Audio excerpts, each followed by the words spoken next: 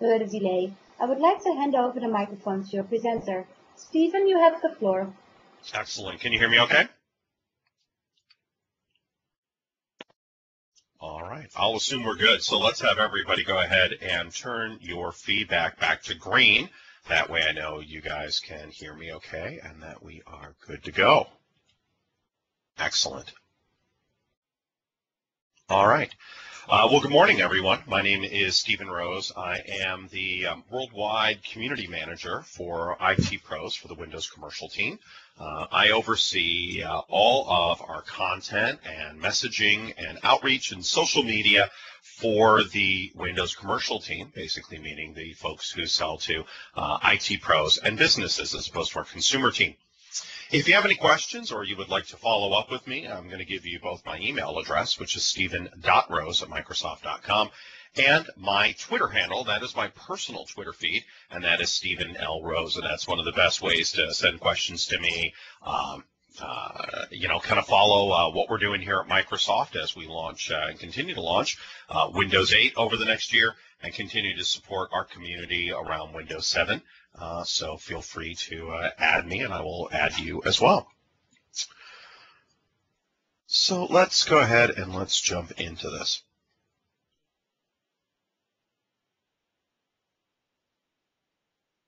So there are 22.6 million IT pros on the planet, and in my role, I reach 1 in 3 of them every single month with one of the vehicles that I help to manage and produce. What are those vehicles? We, of course, have our Windows site. Our Windows site is the Springboard series on TechNet, so I manage and oversee our Windows XP, our Windows Vista, our Windows 7, and our Windows 8 IT Pro community zones. On those, that includes all the technical documentation around those products. You can visit our site by going to Microsoft.com/springboard. We are localized in 10 languages, so that content is available to pretty much every IT pro on the planet. My Twitter feed that I talked about, there's also, of course, our Microsoft Twitter feed, which is at MS Springboard. We have about 20,000 followers on that feed. I oversee our Springboard Series Insider newsletter. If you've ever read that, I'm the editor for that each month, and we have 1 million subscribers worldwide. I chair our Springboard Series virtual roundtables.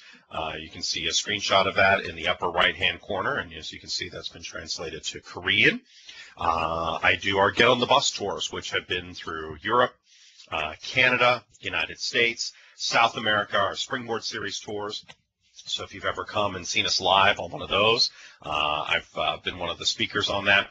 And I also am the author on the Springboard Series blog, which is part of our Windows team blog, which gets about 30 million views every single month. So managing brands and managing the Windows brand is really a very, very key piece of what I do for our audience, for our 22.6 million that we reach out to. Wrong way. So the biggest and most important lesson that I ever learned in moving through my career, and I spent 15 years as an IT pro. I have been a MCT since the Windows NT 4.0 days and got certified very early. I spent 9 years as a technical trainer working for the New Horizons folks while starting my own consulting business.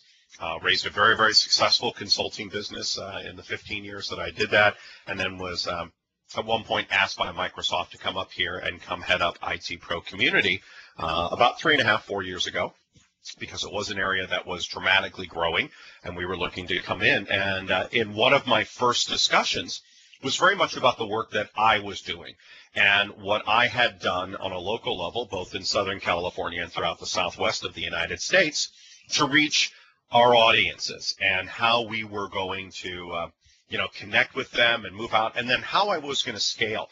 And what it really came down to was how was I going to manage the Windows brand.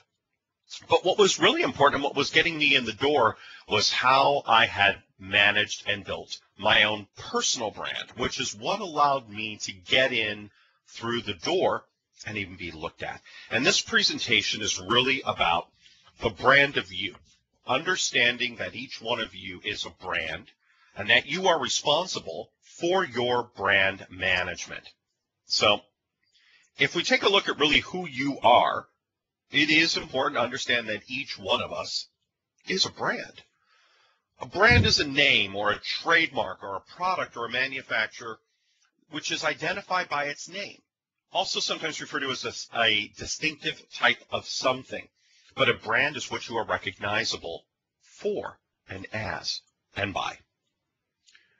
If we take a look at some of the world's top brands, as soon as someone shows you those logos, you immediately have very, very specific thoughts. As soon as you see the Walt Disney brand, as soon as you see Coca-Cola or American Express or Intel or any one of those, you have very, very specific ideas about that company and what they represent. You immediately perhaps even think of some of their advertisements and some of their slogans that they have used over the years. This is brand identification, and companies spend billions of dollars every single year to make sure that you associate with their brands the appropriate response. Whether that is Disney making dreams come true, or magic, or turning your little girls into princesses and your little boys into pirates, and imagination and being a child. No matter what that is, they pay a lot of money to help build that brand. They do it on many different levels. Your reputation precedes you. When we take a look at people like, Beckham or Bill Gates or Bono, there are certain words that immediately pop into your mind about these people. When you think of Bill Gates, many people still think of Microsoft, but also many people also think of his philanthropy work, the work that he has done in Africa in eradicating polio and building roads and things along that line. So it is all of those aspects often that do it, with Bono as not only a musician with U2, but a humanitarian in the work that he's done. Brands can also work against you. We think of people like, I was chatting about Tiger Woods the other day and how just a few years ago he was one of the most sellable, biggest brands in the year, worth somewhere around $14 billion. His persona was. Now he's dropped out of tournaments. He's lost most of his sponsors, and many of the people that have, at one point used him as the face of their product no longer do that. So who are you? So what I'd like for you to do is take a few moments and write down 5 words, single words that people would use to describe your brand. And what I would like for you to do is go ahead and drop a few of them. Pick one of your favorites and drop it into the Q&A panel. So I'll give you guys a moment.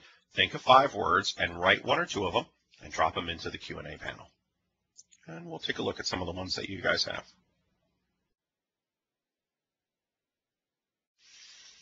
All right, let's see what we're getting.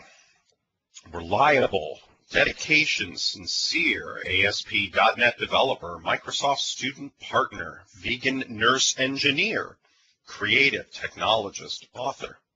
Very interesting. Those should help him pick a better tie. I agree. All right. Interesting words that many of you have chosen to go ahead and start to choose that. So let's see if you're correct as we start to get to the end of the session today. Let's see if you would still use those same words to describe who you are and what you're doing. Okay. Excellent. Fun, trustworthy, dependable. Lots of good ones. Let's erase some of these. Hardworking, IT pro, developer, Apple. Interesting. Consistency over time. Smart, developer, meticulous. Enterprise, architect, the best. Tired. Whoever told me tired, remember that one later. Illuminated, resourceful, honest, junior developer. Okay, good. I think we're good. All right. I'm going to erase the rest of these so I can see your questions when they come in. I think we're good. All right. Excellent. So let's move on. So what is your brand? Your brand, when we take a look at it externally, is what we refer to as P2 data, publicly identifiable information, or PII. It is what you choose to share on public sites. And this goes beyond just Twitter and Facebook and blogs and forum, and we'll talk about that. This can include your name, your email address, your credit information, your housing information, your school information, legal information, past jobs, your social media footprint. So is understanding social media important? If you're going to manage the brand of you, is social media an important aspect of it? Well, there are a lot of jobs that are now out that are now requiring that you actually have Twitter followers, that you understand social media, that you have a blog. I know we have a program called STEP here. It's our Springboard Technical Experts panel. It's made up of some of our top MVPs worldwide, and one of the requirements is they must have a blog. And I take a look at their blog, and I take a look at not only what they're writing, but I also take a look at how many followers are reading their blog. If they get a lot of comments, how many people are, are they going in on a regular basis and answering those comments? Are they just pushing? Are they pulling? What's the level of interaction? It's pretty critical for the work that I'm asking people to get involved with and do, to take a look at that. So there are many jobs that exist now that did not exist 10 years ago. When you take a look at things like community manager, my role, social media analyst, or professional blogger, these are not roles that existed 10 years ago. So understanding the landscape and these tools and how they work is pretty critical for those of you who are looking to start to move into a bigger space, to start to become bloggers, to start to have people find you, and even from any jobs. Knowing how these tools work is pretty critical. Sticking a little bit further, social media, is it our friend or is it our foe? We'll do the dum-dum-dum. It can really work both ways. Let's take a look at a perfect scenario, what we wish. And I found this cartoon, and I absolutely love it. And in the first panel, the hiring manager says, before hiring you, I just need to run a quick background check. And he says, from Facebook, I can see you'd like to jump into other people's pictures and make a stupid face. And the guy goes, uh-huh. And then he says, next one out of one in every 3 pictures is you either wearing underwear on your head or passed out on a floor or both. And he says, well, I can explain. There's a video of you trying to fight a bear with a plastic spoon. Momentary lapse of judgment. If this evidence from your past is any indication of your future potential, you're hired. It would be great if it works this way. Unfortunately, we don't live in this perfect world. So let's take a look at the reality of really how this works. And in reality, we have been seeing pictures and we've been seeing articles and photos over the years of the very, very stupid things that people do via social media, Facebook, Twitter, etc. There's even a term out called Facebook fired. And Facebook fired is being fired for something that you post on Facebook. And that is, becoming a more and more not just probable thing, but likely thing that we are seeing more and more and more. And let's talk about how that really affects you and what we're really taking a look at. So there was a survey out last year with 2,667 hiring managers and human resource professionals. And let's talk about why managing your social media footprint, your brand, what you put out there publicly is so important. So 45% of prospective employers use social networks to check out job applicants. So that's almost a 50% chance that if you walk into a job, they're going to go online and take a look at who you are and the information that you've put out publicly. Reasons why and how many of the employers acted on such data. Well, 53% of people who applied for a job did not get that job because they had provocative or inappropriate photos or info in Twitter, in Foursquare, in Facebook, on blogs, on any place where they had posted public information. Drinking or drug use, 44%. I was chatting with an HR manager, and they said, when I take a look at someone's Facebook profile, and there's a picture of them with a drink in their hand in every single picture, that concerns me, and that makes me want to recommend that this person's not a good hire because there is a chance, if they are drinking that much and drinking that often, that they may not make it to work the next day.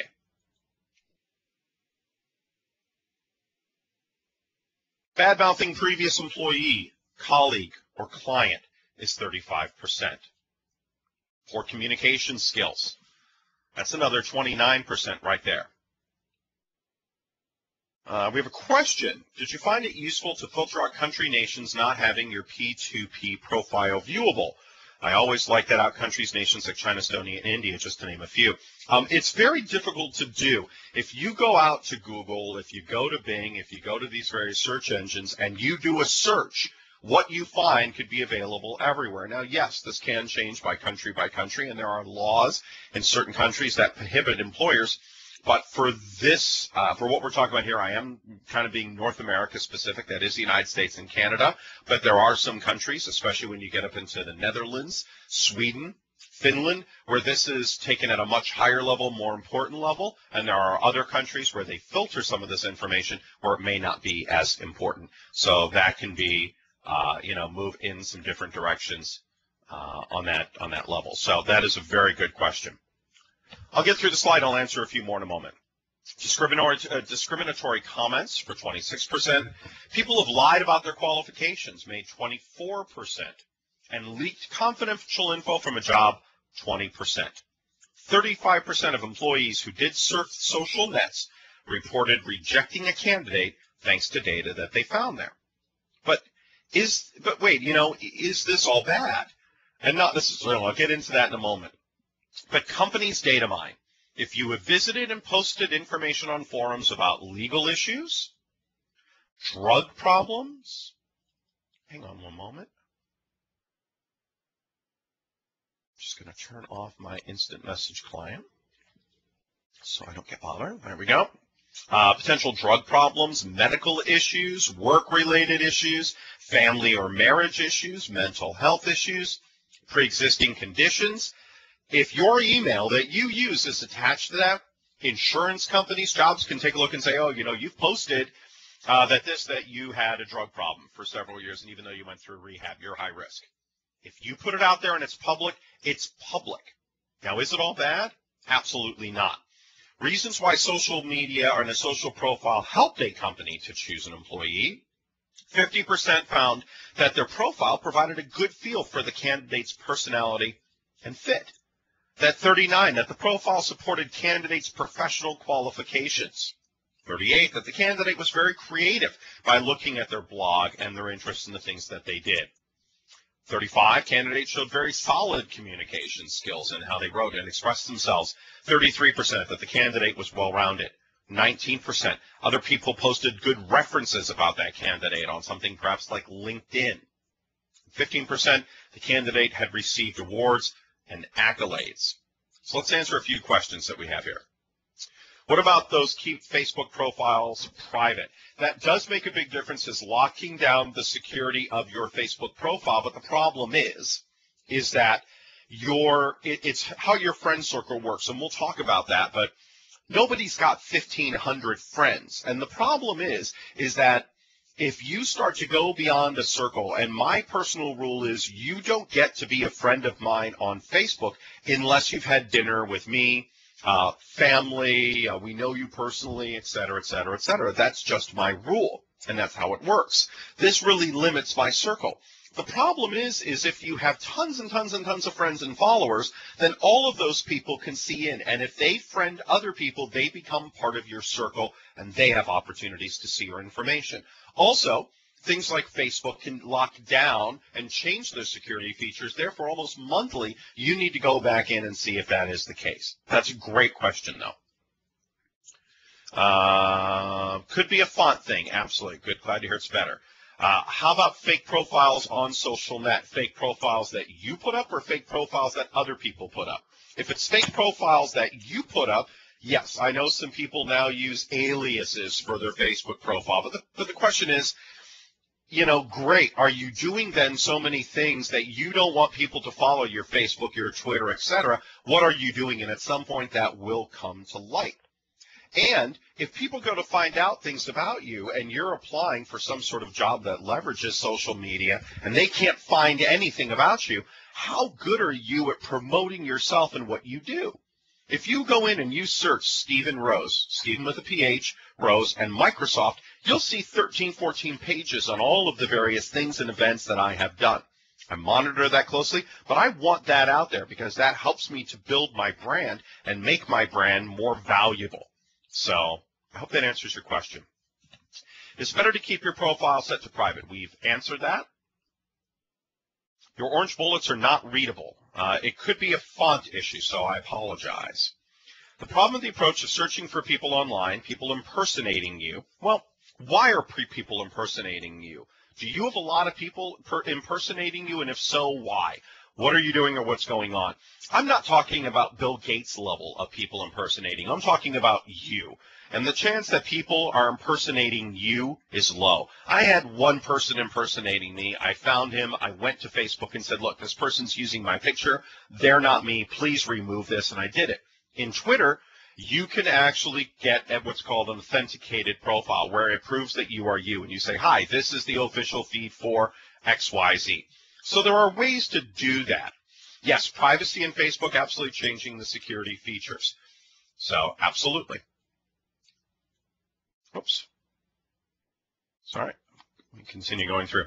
What about limiting your exposure of personal information for security reasons? Again, it can work for you or against you. As I said, if nobody can find anything about you, that can be a problem. But if people find too much about you, that's a problem too. Again, this is part of managing your brand. Is it better to keep Facebook profile? I've already answered that. Should we stop posting public information? Again, that can help you, but it can hurt you. Again, what are you doing and what are you posting that you are afraid of? So are you surrounding yourself? And we'll dig into that a little bit more, so I'll come back to that question. Is it bad to have more than one social media account, like one personal one with an alias, sort of an artistic name? I actually have a personal one, which I really only post information Monday through Friday during business hours. I don't do things during my personal time or weekends. And I have our business one, Springboard, which is dedicated to the goals of business and what I'm trying to achieve. How about using a piece of software that stops online tracking? It doesn't really work, and again, you're better off trying to go through and clean up your profile. So we'll talk about that. Well, if your name's John Smith, then there's definitely a problem, and you want to create a better brand that helps you to separate yourself from the rest of John Smiths. All right, I'll come back to the Facebook one. Your slide is stuck, I know. I haven't moved to the next one, so that's fine. All right, let's move on, and I'll come back to some questions in a little bit, because some of this I'm going to start to answer. So let's dig in a little bit deeper. Let's talk about how we start to manage our brand. Let's start with starting locally with your personal brand and then working outwards. And here's some good rules to remember. So number one, when introducing yourself, always say your first and last name. So I'm talking about one-to-one meetings. When you meet someone, which is how you start by building your brand, whether you're talking to a user group, whether you're interviewing for a job, whether you're networking, no matter what that is. Number two, don't apologize for your career ever. Oh, well, I'm only this, or I'm a barista now, but I'm trying to do this. Don't apologize for your career. Every job that you have, every career that you embark in is going to help you at some point in time. I was a bartender when I was younger. It was one of the best jobs I ever had because it really and very quickly taught me how to connect with people very fast. Same with being when I was a waiter, when I was in college. These were jobs that were critically important for me. Being a trainer was an awesome job for me, and it was a great opportunity. So don't apologize for your career. Whenever someone gives you a compliment, say thank you, and don't add more. Thank you. That's it. That's all you need to say. Never leave a conversation having learned nothing about the other person. It is incredibly important that when you're meeting someone and you're talking to them, try to learn something about that person and then spit it back. People love it when you learn something about them. Care about your appearance. I have several friends of mine that look like they just rolled out of bed. And here's what's interesting. When you're just getting started, you look messy and unkempt and uncaring. When you're relatively well known and you've built your brand, then you're just known as eccentric. And being eccentric is okay, but it doesn't work for you early in your career. When someone asks you for help, say yes, unless it will harm you or your family. The best way to get known is to say yes. I say yes all the time to speaking opportunities. I've talked to groups as little as 10, 15 people and rooms as much as 2,500. Those little opportunities, though, where you've reached a few people, people go, wow, this person speaks to 2,500 people, but yet found the time to speak to 5 or 10. Or later, when you are speaking to those rooms of 2,500, when you're only doing those rooms at 10, 15, those people feel important and special. Accept most invitations. They're going to help you to network. They're going to get you out, and you are guaranteed to learn something from those opportunities. Take a professional photo for your social media presence, for your Twitter, for your public-facing Facebook feed, which may be for you or your business or whatever it is that you are trying to do, for your LinkedIn profile, etc. Get a professional picture taken, because for many people, that is the first impression that they have of you. And you, just cutting out your face from a picture of you and 5 friends, looks pretty obvious, and it says a lot about you and the time that you're willing to take. Unless you are the parent of a newborn, don't offer tired as a response to how are you. Tired is bad, because tired means you don't like what you are doing. How are you? Oh, I'm tired. Somebody who loves their job, somebody who loves what they are doing, someone who is, ecstatic about what happens day to day is not tired. They are energized. They are excited. Things are great, and they're very, very happy. And that's incredibly important. So don't say tired. So I'm pointing that out, especially to the one person earlier who said tired. Don't have more than 1 drink at a work event, period. Anybody who has ever come to any of our Springboard Series parties that we do at Tech Ed each year, I'll get 500, 600 people in a room. I get a drink at the beginning of the night, and I nurse it for about a half hour, and then I walk around with club soda with a lime on ice. Looks like a drink, and it isn't, because I want to walk up to every single person, shake their hand, and talk to them, and I don't want somebody's first impression of me of being a little bit drunk. It's very, very bad, and it's one of those things that's very, very hard to recover from. Show up on time. Punctuality is critical. People notice when you're there 5 minutes early. Oh, hi, I'm here 5, 10 minutes early. Don't worry, I'm ready to meet whenever you are. But someone who comes in 5, 10 minutes late, you are being disrespectful of that person's time. Know your strengths, know your weaknesses. Some people just don't understand where they're strong and where they're weak, and they either don't leverage those strengths or they constantly go towards those weaknesses, which externally can really hurt you. Remember to thank people who do nice things for you.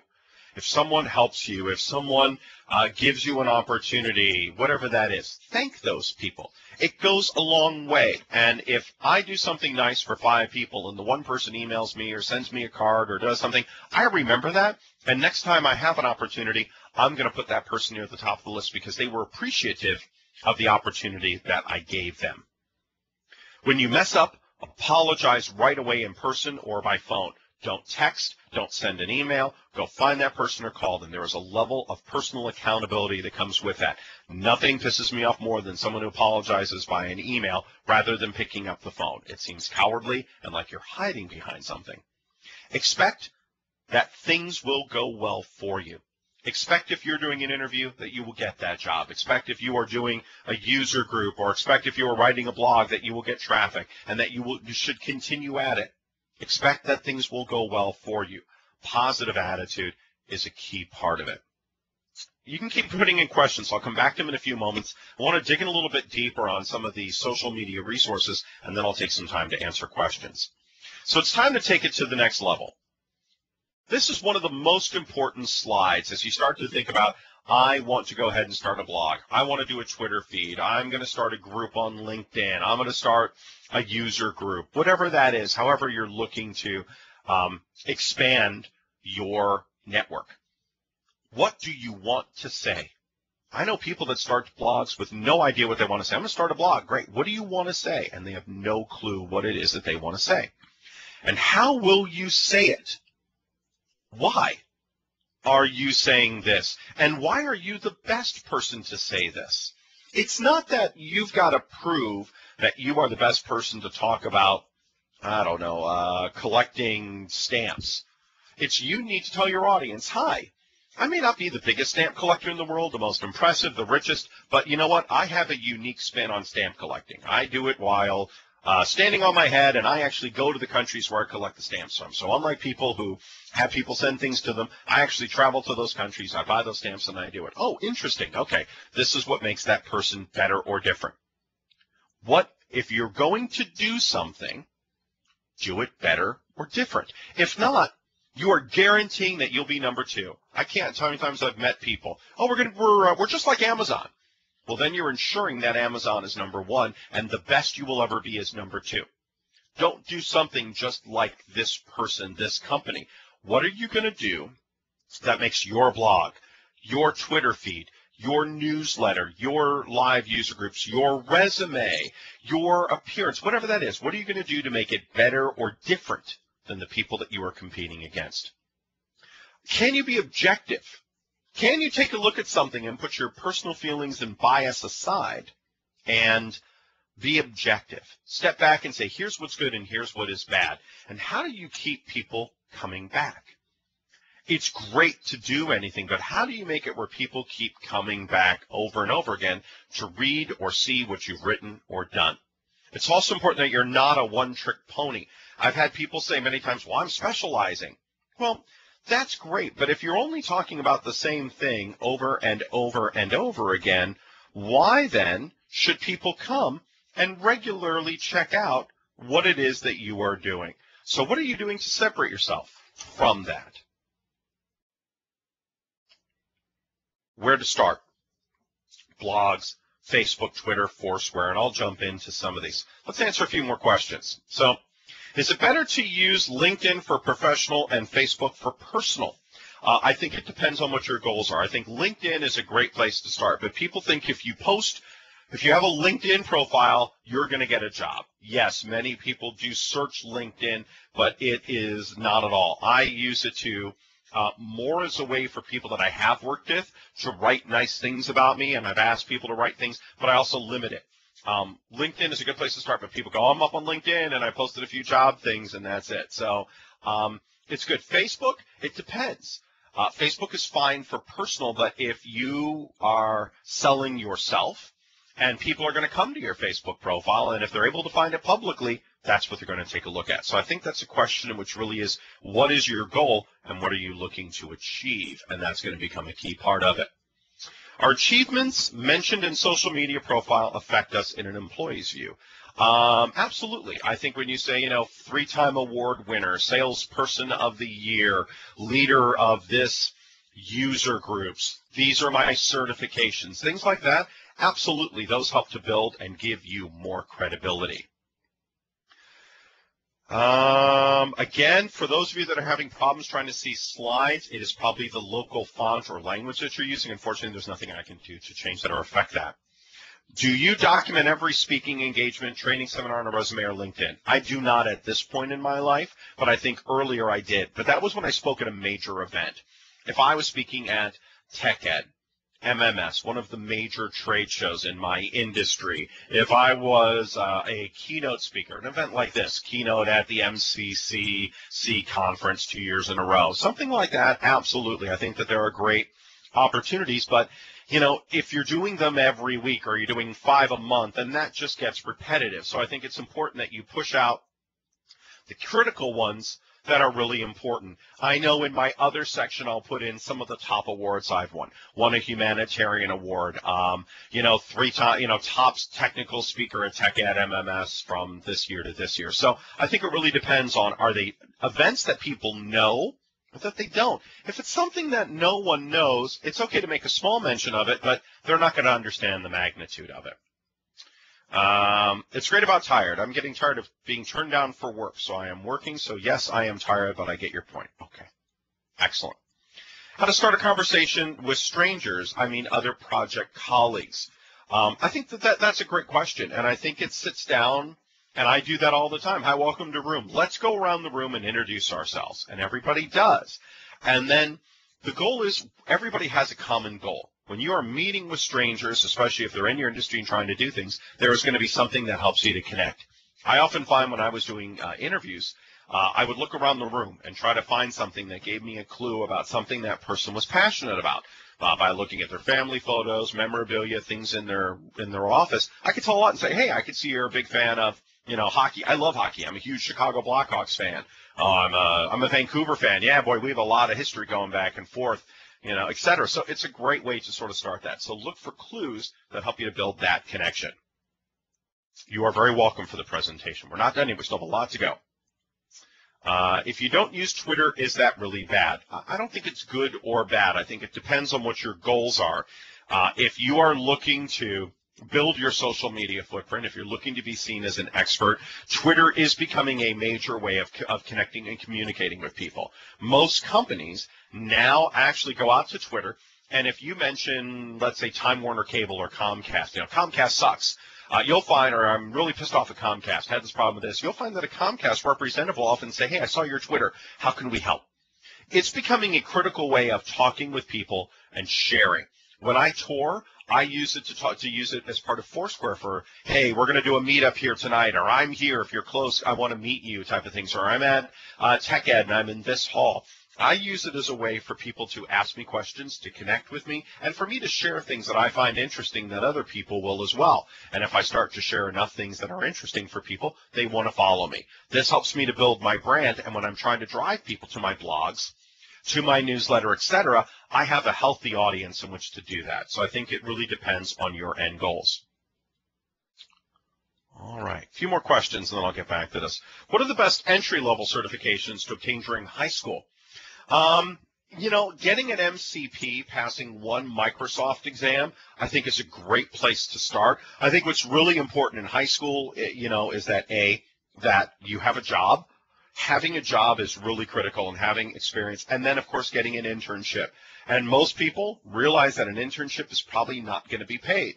So going to high school and working 2 days a week, doing something in your field, even if it's for free, is awesome. If not, taking unpaid jobs, working at, in humanitarian areas or shelters or for the Red Cross or things like that, doing things with your local religious organizations, Habitat for Humanity, things like that, really say a lot about a person. If I take a look at somebody and they say, full-time student, working at Starbucks 3 days a week, and on Sundays I go to the old folks' home and I play games and I read them stories, that tells me a lot about that person, that they're very well-rounded, and that the little bit of free time they have, they're more interested in giving back and helping others than they are in helping themselves. And I think that that says a lot for that person. Certifications also really depends on what you want to do. It's not just about certifications. I know guys, and I've met developers who in high school have already built apps for Windows Phone, for iOS, and for Android, and are starting to make themselves a lot of money, and are building really great applications and are making names for themselves. They're not waiting for a job to come to them. They're building their own job and career. I know guys who are charging $50 an hour to go around the houses in their local neighborhoods and help set up wireless routers, to help get rid of viruses and malware on computers and things like that. There are lots of opportunities. It's not about waiting for that opportunity. It's, if you don't find the opportunity you're looking for, how do I make that opportunity happen? Or surrounding yourself with people that have skill sets in areas that you don't. I was very successful as an IT pro surrounding myself with people in the developer community because I became known as the IT pro guy. Developers run into IT pro questions. How does this router work? How do I connect this? How do these server works? How do I virtualize this? By being the IT pro guy in the dev community rather than the IT pro guy in the IT pro community, I actually found a lot of work. I became a critical part of many of these developers' landscapes to help them with customers when they would walk in and give them credibility and help them to solve these issues. So sometimes it is about being being the big fish in a big pond, not just the big fish in a little pond. Microsoft Student Partner, how should I proceed to build my brand? Well, just continue to follow along with what we're going to do. Where to start? I think that's the slide that we're at now. What about contractors? Are your thoughts on how to manage your brand if those who are sent to a permanent member of a team? The thing is, that job will end. So building your brand both at that job and having people say good things about you and writing you recommendation letters is going to transfer because, yes, you're a contractor and you're part of a team, but you may become parts of different teams. How do we actually use Twitter? I think your best thing is probably to find some people who do use it well, and follow and watch what they do. We could spend all day giving Twitter lessons, but I would say follow my personal feed, follow some of the other feeds, people that you like, but what you do. Is Twitter not only for the celebrity or famous? How do I really get legitimate followers? If you put out legitimate information, you will get legitimate followers. You also need to go through and unfollow those people who are messing that up, people who are building advertisements and crap like that. Unfollow them. Follow people who you like and have good feeds. The more you start to follow people with good feeds and you start to find your own voice and you do that, the more legitimate followers you will have. Networking for introverts. What connections do you have for people who have difficulty keeping in touch with people without feeling like you're sending out a foreign correspondent or disingenuous? Again, find someone who you feel does this right. Shadow them. See what they do. Find someone who does it well and learn from them. See what things call out to you. Oh, I like the way this person did this. This is a really great way to set that up. And I'll go through some more in a few minutes.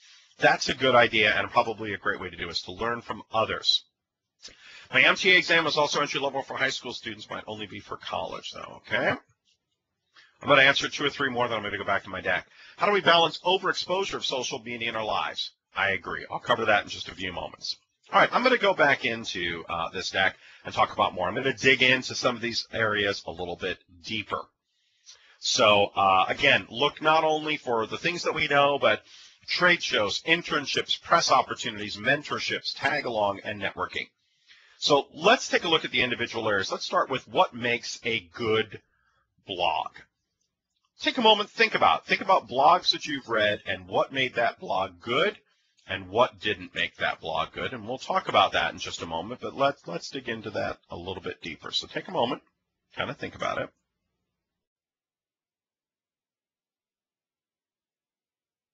Okay, let's see if any of these match up. Good blogs have a voice.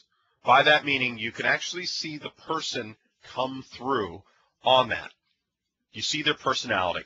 They post often and at a regular frequency. There's nothing worse than a blog that hasn't been posted to in a long period of time. Blogs go up once or twice a week. If you want people to come back, you have to have a reason for them to do.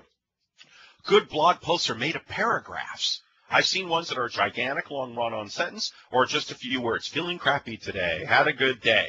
That's not a blog post. That's a journal.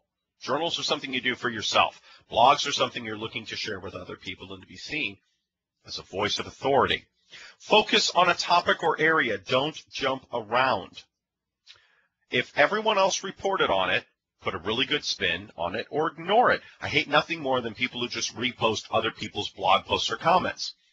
Why am I doing that? Now you're an aggregator or an RSS feed. You're not giving me anything original. You're not giving me a reason to come to your site, like CNN or ZDNet or some of the many ones we go to. Use images. Pictures are a great way. I've seen blog posts that have been made up of a single picture and 3 or 4 lines of text, and they've been more powerful than blog posts that go on for 10, 15 pages. Learn from blogs you love and ones that you hate, and don't imitate.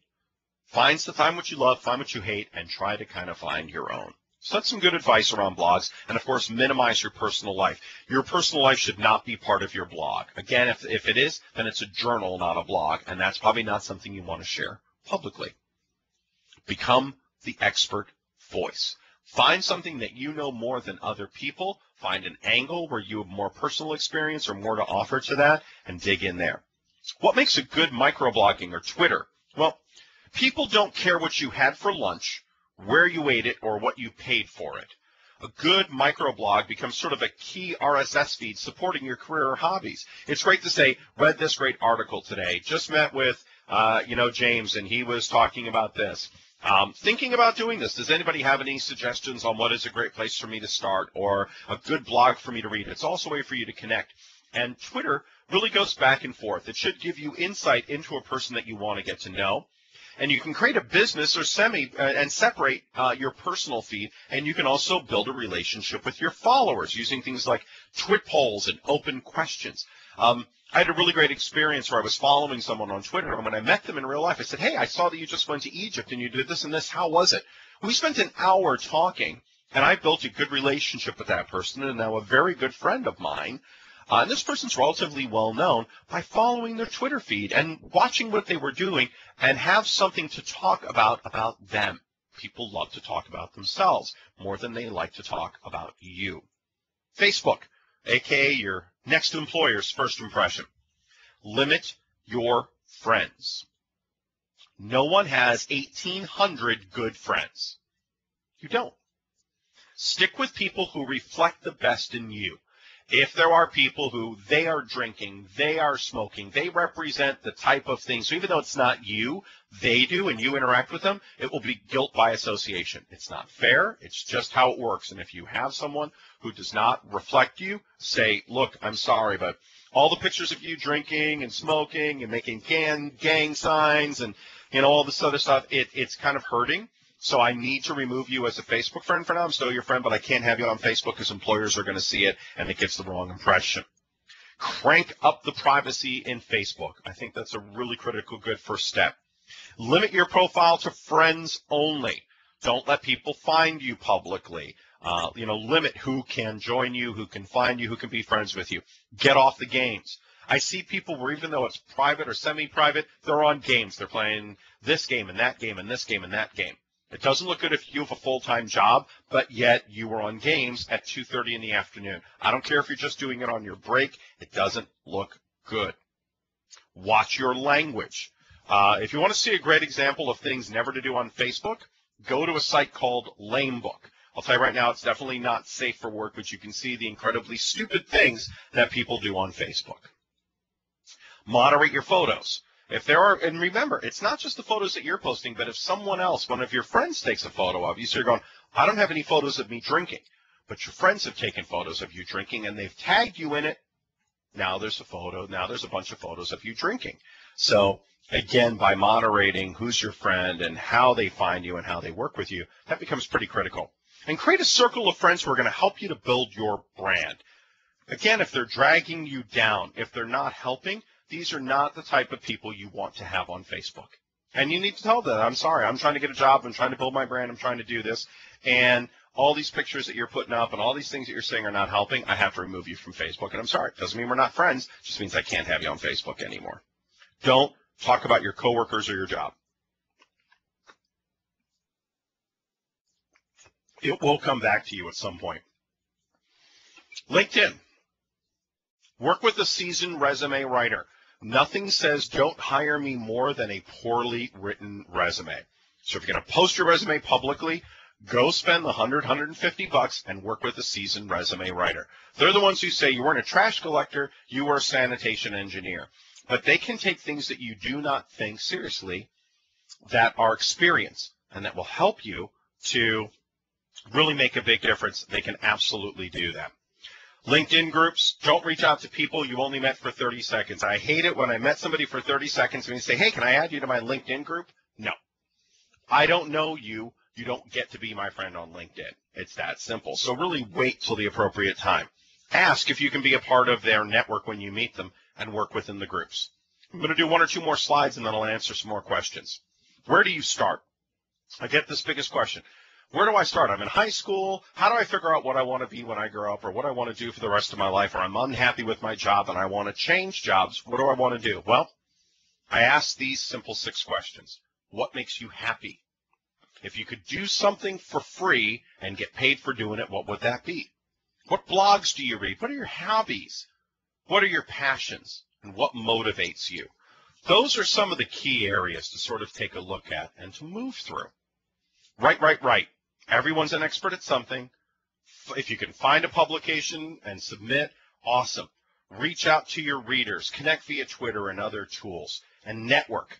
Find a mentor. Find someone who you look up to, who you, whether that's a teacher, a parent, someone in job or industry, and say, can you be my mentor? Are you willing to meet me for lunch once every 6 weeks and talk about what I'm doing and give me guidance? And you would be amazed how many people would say, I'd be honored and I'd be happy to do it, and you get a free lunch out of it.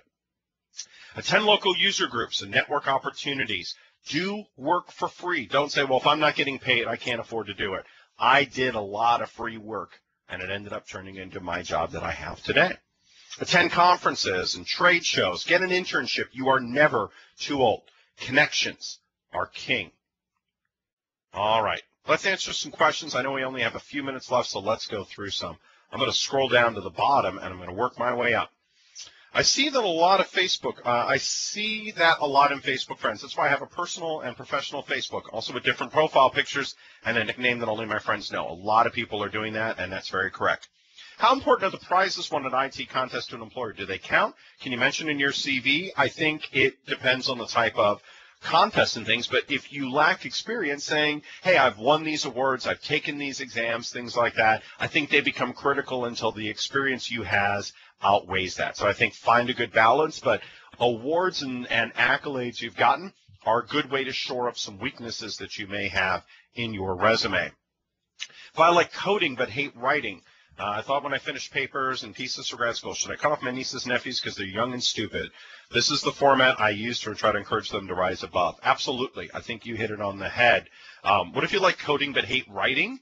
I think there are tons of coding jobs where you're never going to have to write. So I think you'll be able to find that. But I think you're going to maybe partner with someone who does like to write. Find someone who does and work with them on some projects and have them talk about it and mention you. And things along that line, and you can help them to get your name out with them and make it some sort of partnership. Sort of my best sort of off the cuff.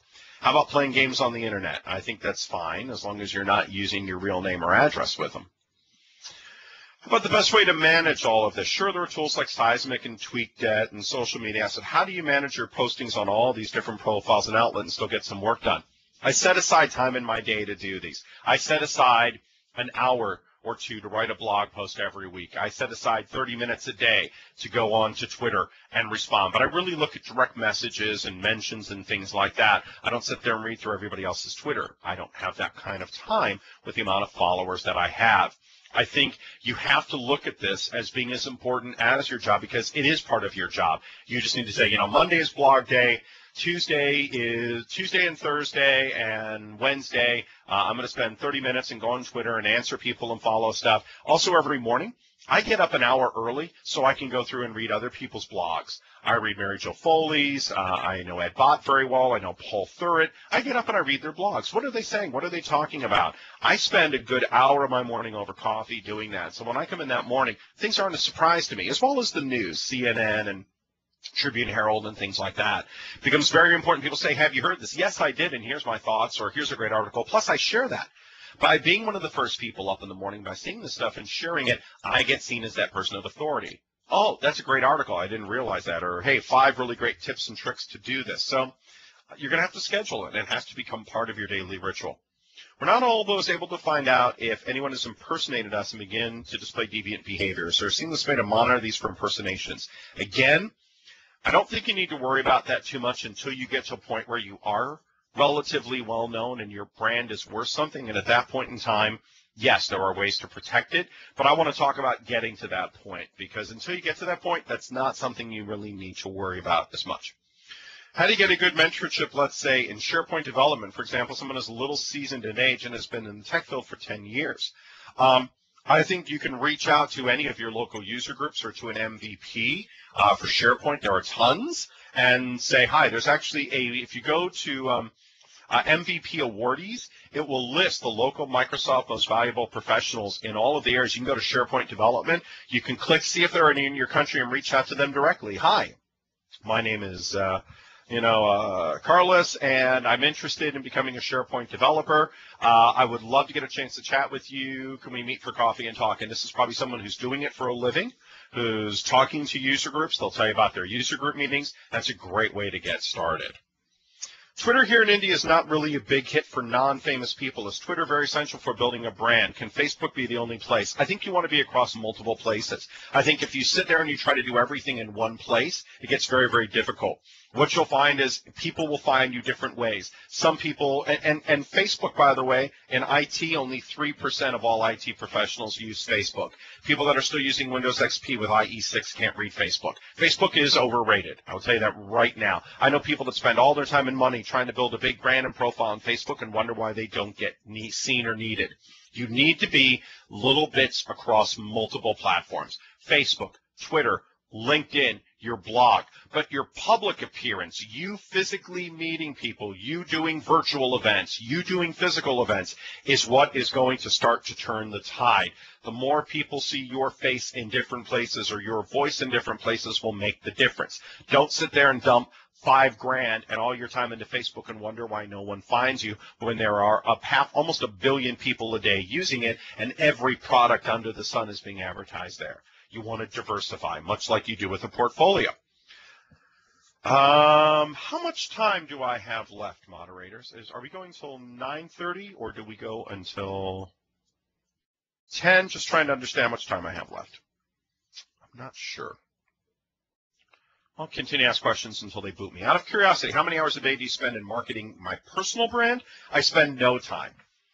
My personal brand is automatically done through all the work that I do. So what I do for work is my personal brand, and my personal brand is my work. So as my job is to connect with IT pros and to help support them. So it is what I do. I spend quite a few hours a day in doing that. Before I worked for Microsoft, I would probably spend at least an hour to an hour and a half every single day writing my blog, doing some Twitter, seeing what other people said, aggregating, finding opportunities to speak and doing things like that. So I did a pretty wide variety.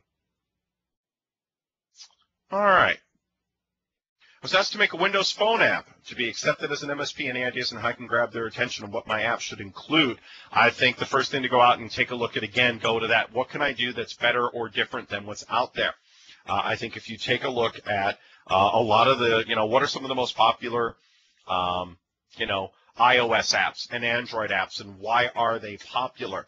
The apps that get picked up that people get really excited about are the ones that fill a huge gap in their life. I think one of my favorite apps is one called Keyring, where it took all of those little preferred cards that you use at the grocery store and you use at all these different places, that I could scan the barcode and have it on my phone. So that way when I go to Petco and I go to the grocery store, I just pick the name of their company, I open it up, and it automatically, they scan that barcode. I don't need to carry all of those cards. That was a great app. That made my life easier. And the thing is, when the right people find it, they start to talk about it. I've talked about that app a lot. I love that app. TripIt is a great app that I absolutely love. And even simple stuff, like I found a really good one called Hey DJ that I love, that I push a button and I list an artist or a piece of music on my phone and it automatically plays it. So I say, hey DJ, play Foo Fighters, it'll play the Foo Fighters. Or if I say, hey DJ, play song XYZ, it'll play it without me having to go into my Zune or do that. There's another one called Ask Ziggy, which is very much like a Siri that you find on the Apple phone for the Windows phone. So again, there's somebody who said, Siri's good. What if I did it better or different and made it free for Windows mobile users? So that's it. And find good blogs. I read WP7, Windows Phone 7. I read that blog daily, and they have a great app, and it helps me to stay on top of what's new. So that's my thoughts there. Does a recommendation should be mentioned in our resume? No. At the end of your resume, you should say recommendations available upon request. But again, they're probably going to go to LinkedIn and take a look at you. And if people have written some beautiful recommendations there, that's a great place to put it. But you shouldn't give those to people until they ask for them. The two-profile idea, is it crackably by the employees? Of course it is. Somehow, again, depending on, not that they're going to hack that profile, but if you've got friends and they have friends and they join you, again, something's going to get out. Somebody's going to take a picture of you and they're going to link it to you. So there could be some guilt by association. You cannot manage all those loose ends. It gets difficult. So be aware of who you associate with. I heard that. Advertising about our blog and social net is not good. Advertising about our blog and social net is not good. You shouldn't advertise your blog. You should, on your own blog, you should have other people. If you are writing things that are of quality and depth, if you're writing something that people find are important, they are going to find it and they're going to publish it. And that's the sign of a good thing. I will say, hey, I put up a new blog post on this, but then I've got 2,500 followers on my personal feed. I've got 20,000 on Springboard, and they will push that out to their networks. Or I will find other great blog posts and say, hey, great blog post on 50 great keyboard shortcuts for Windows 8.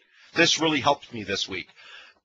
Hey, that's of value to my audience. They're going to take it and do it. So, yes, you can talk a little bit about what you do, but if your Twitter feed is only about you, it's going to get awfully boring. How are you being the voice of authority? How are you helping people to find things to help them do their job better?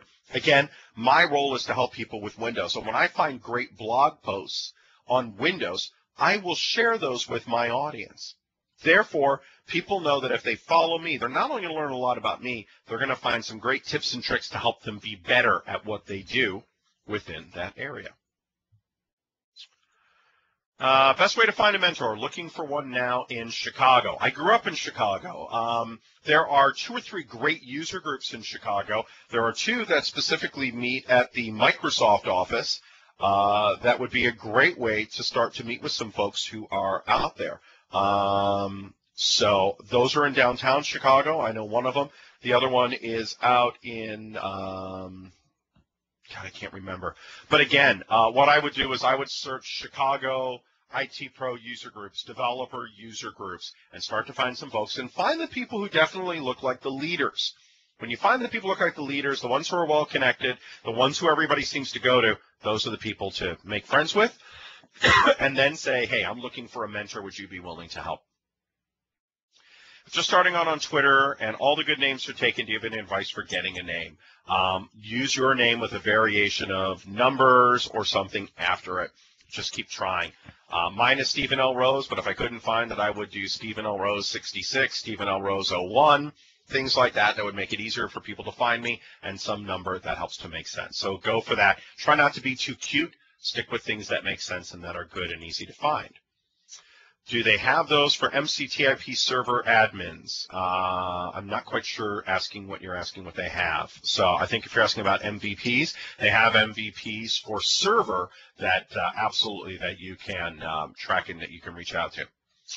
It's Virginia Benedict who asked for the impersonation question. I'd like to discuss this offline at some point. Thanks. I'm interested in coding questions where we do not have to code. Okay, I know computer languages, but don't like to code. Programming language skills are agile, so know how to troubleshoot applications and network statuses. Yeah, absolutely. We could chat at some other point in time, but there definitely is some good areas. 10:30 Eastern Standard. Okay, good. So we still have a little bit of time. What if you don't want to go public? All right, well then stay off all the social media, but you know, again, LinkedIn, having a solid Facebook, it's not even about going public. It's if you go get a job, people are going to take a look at what's out there publicly. So whether you want to go public or not, you don't have a choice. As soon as you put something out into the blogosphere, you're public. As soon as you put together a blog, as soon as you're on Facebook, as soon as you Twitter, as soon as you post to another blog, as soon as you do anything that makes you publicly identifiable, it's out there. Beyond that, in the United States, they can not give you a job because of your credit record, your driving record, criminal record. If you own a home, I can go online right now, type in your address, know exactly how much you paid for that home, what that home costs, what your utilities, assessments, and taxes are for that home. If you've ever posted in a blog, I know what email address you used. I can type in that email address, and I can search on it. So you're public whether you like it or not. It's do you want to be bigger public, or if you don't, how do you at least manage what you do have to make sure that what is public-facing represents you properly? I have great confusion about what field I choose in my career. I'm a good coder, and I'm a trained admin side, and you want to be a cloud expert. There are tons of cloud events that will talk about cloud, and cloud is more than just Azure. There's public cloud, there's private cloud, there's cloud infrastructure, there's apps in the cloud. It is going to affect every single area, but there are so many. I would say start with things like the MVA, the Microsoft Virtual Academy, where they have a lot of good things on cloud. Check out the Cloud Power site. There are tons of events. Great way for you to learn about cloud and find out what are some of the areas that may be of good interest for you. What is the best way to market and brand training programs using social network? What sort of training programs? I think, again, if you're looking for like technical training, go out and take a look at what New Horizons and Train Signal and companies like that, what they do to help them market those, and you can learn some good lessons there. Take a look at the people you're competing against, and again, how will you do it better or different? The agent says the keynote time slot is till 10:45. Perfect, so we still got some time. Awesome, thank you. Is this a good opportunity? There's a good opportunity where I work to become an MCT. Do you think becoming an MCT is beneficial to someone's technical career? I don't think it's, that's a good question. Being an MCT was really important for me because I was a technical trainer. What did I gain being a technical trainer? I gained a lot of work.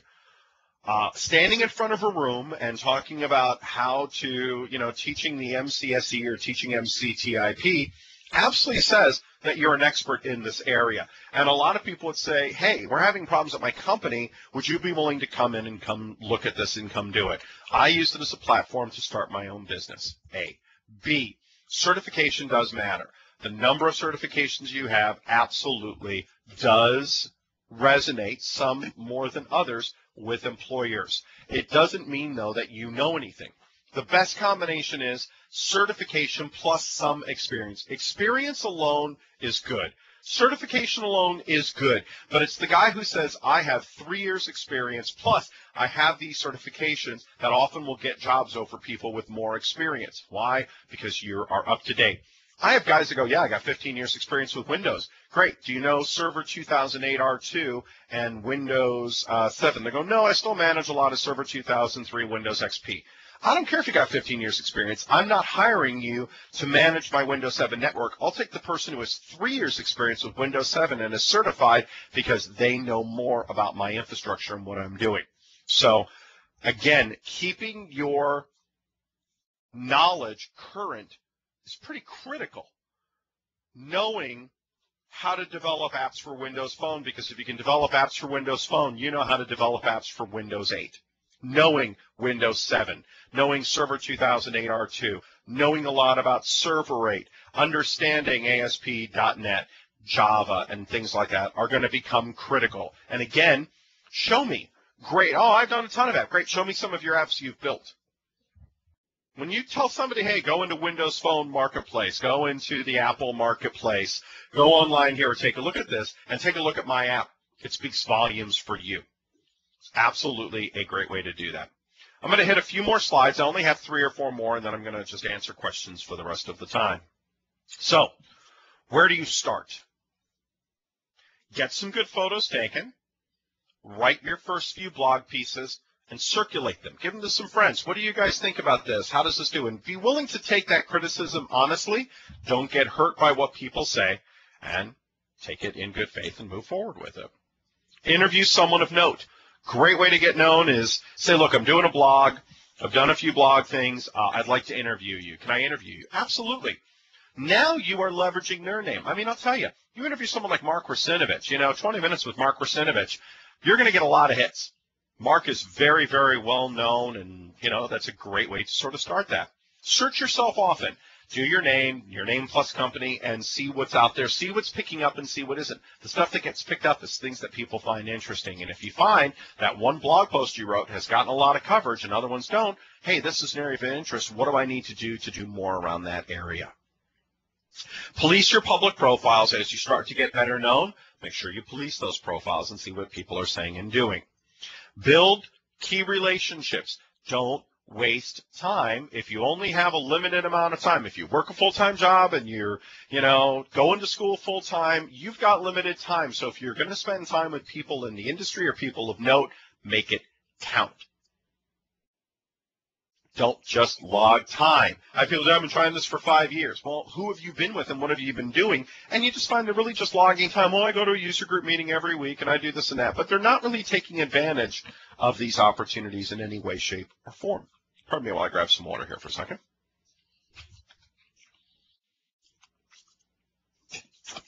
Take advantage of every opportunity. It's really critical. Anytime you get an opportunity, if it's a good opportunity, take advantage of it. Sorry, I can't make little Jimmy's 5th birthday party because I have a great opportunity to spend 2 days building a server farm, and I really need to do it. People will generally not get mad at you. Manage and tender your brand. Get an internship and get certified. Certification plus experience, as I said earlier, is key. So I have 37 questions. I'm going to start at the top, and I'm going to work through. So let's see. Why should a Microsoft student partner post on his or her blog? Should we comment about other articles on our blogs? Again, if you don't have anything to say, then you shouldn't be doing a blog. When you finally have, hey, I had a great experience this week. I learned about this. I was, setting up a network. I was coding this app, and I found this great shortcut. Or I was building this app, and I found this great blog post on shortcuts. Then you reach out to that person. Hey, I'd like to repost part of your blog and link to your blog. Are you okay with that? Yes, that would be great. Hey, I was going through this weekend. I had a big problem trying to code an app, and I went to Bob Jones's website, and Bob had this awesome article on 50 great tips and tricks for coding. Here are 5 of my favorites. I encourage you to go check it out. This really saved me some time. There are good ways to do that. So that would be the way that I would do it. But don't become the aggregate. Don't just take other blogs and just put them into your own and do that. Try to find a way to make it your own. Having Twitter and Facebook account is valid for job-seeking 50-year-old compared to tweeting something. Is having Twitter and Facebook account a valid for a job-seeking 50-year-old compared to a tweet something? I think it's valuable at any point in time, no matter where you are in your life, no matter what age you are. I am 45, going to be 46 years old. My social media footprint, when I started here 3.5 years ago, was one of the first things that Microsoft took a look at, especially since I was applying for a job, that knowing and having some knowledge of social media was critical. I don't think there's a minimum or maximum age for this. I think all company looks at it.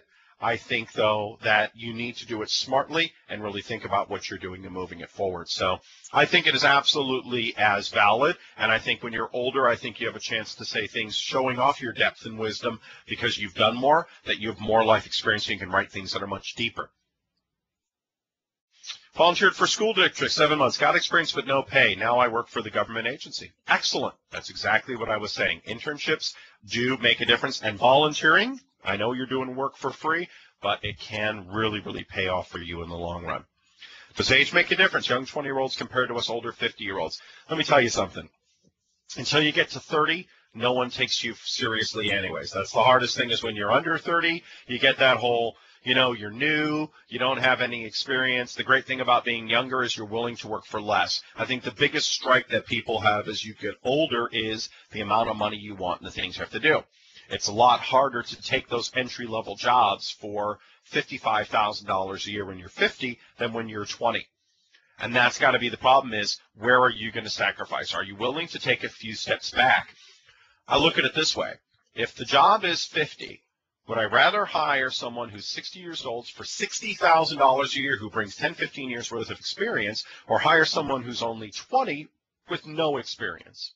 I will probably be willing to pay a bit more for that person. But what I won't do is, for a $50,000 a year job, pay $120,000 a year just because someone's older and has more needs. I would rather hire someone with less experience and train them to get them up. So I think it's how you balance that. I think there are pros and cons on both ends of the scale as you start to take a look at that, Clyde. Any suggestions for startup web designer developer? There's a million of them out there. Your best bet is to find some people who are doing it well and make sure you have some good experience. The problem is, hey, I'll design your web page. There's a million people doing it, and I can go to Web Pages 123 and I can do it myself. I think for designer developers, really get into applications. Start to look at really great applications for Windows 8. There's an amazing opportunity. We're looking for lots of great apps built for Windows Phone, built for Windows 8. Windows Phone by 2015 is going to be one of the top phone platforms out there. It is said to be the #2 phone platform in the world by that point in time. Windows 8, we're going to have millions and millions, potentially billions of people going to be using that platform in time. Being one of the first people in the marketplace to build a great app is going to do a lot more than dumping one into the Apple with their 50 million or 500 million apps or wherever they have. You have a great chance of being seen and getting to know.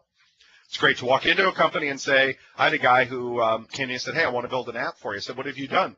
He says, hi, here's some links. He built the Round Table Pizza app. He built this app for the office team, this one for the phone team. And I said, oh, these are really great. And I sat down with him, said, this is what I'm doing. He said, we can do it, and we'll do it for less because we really want your business.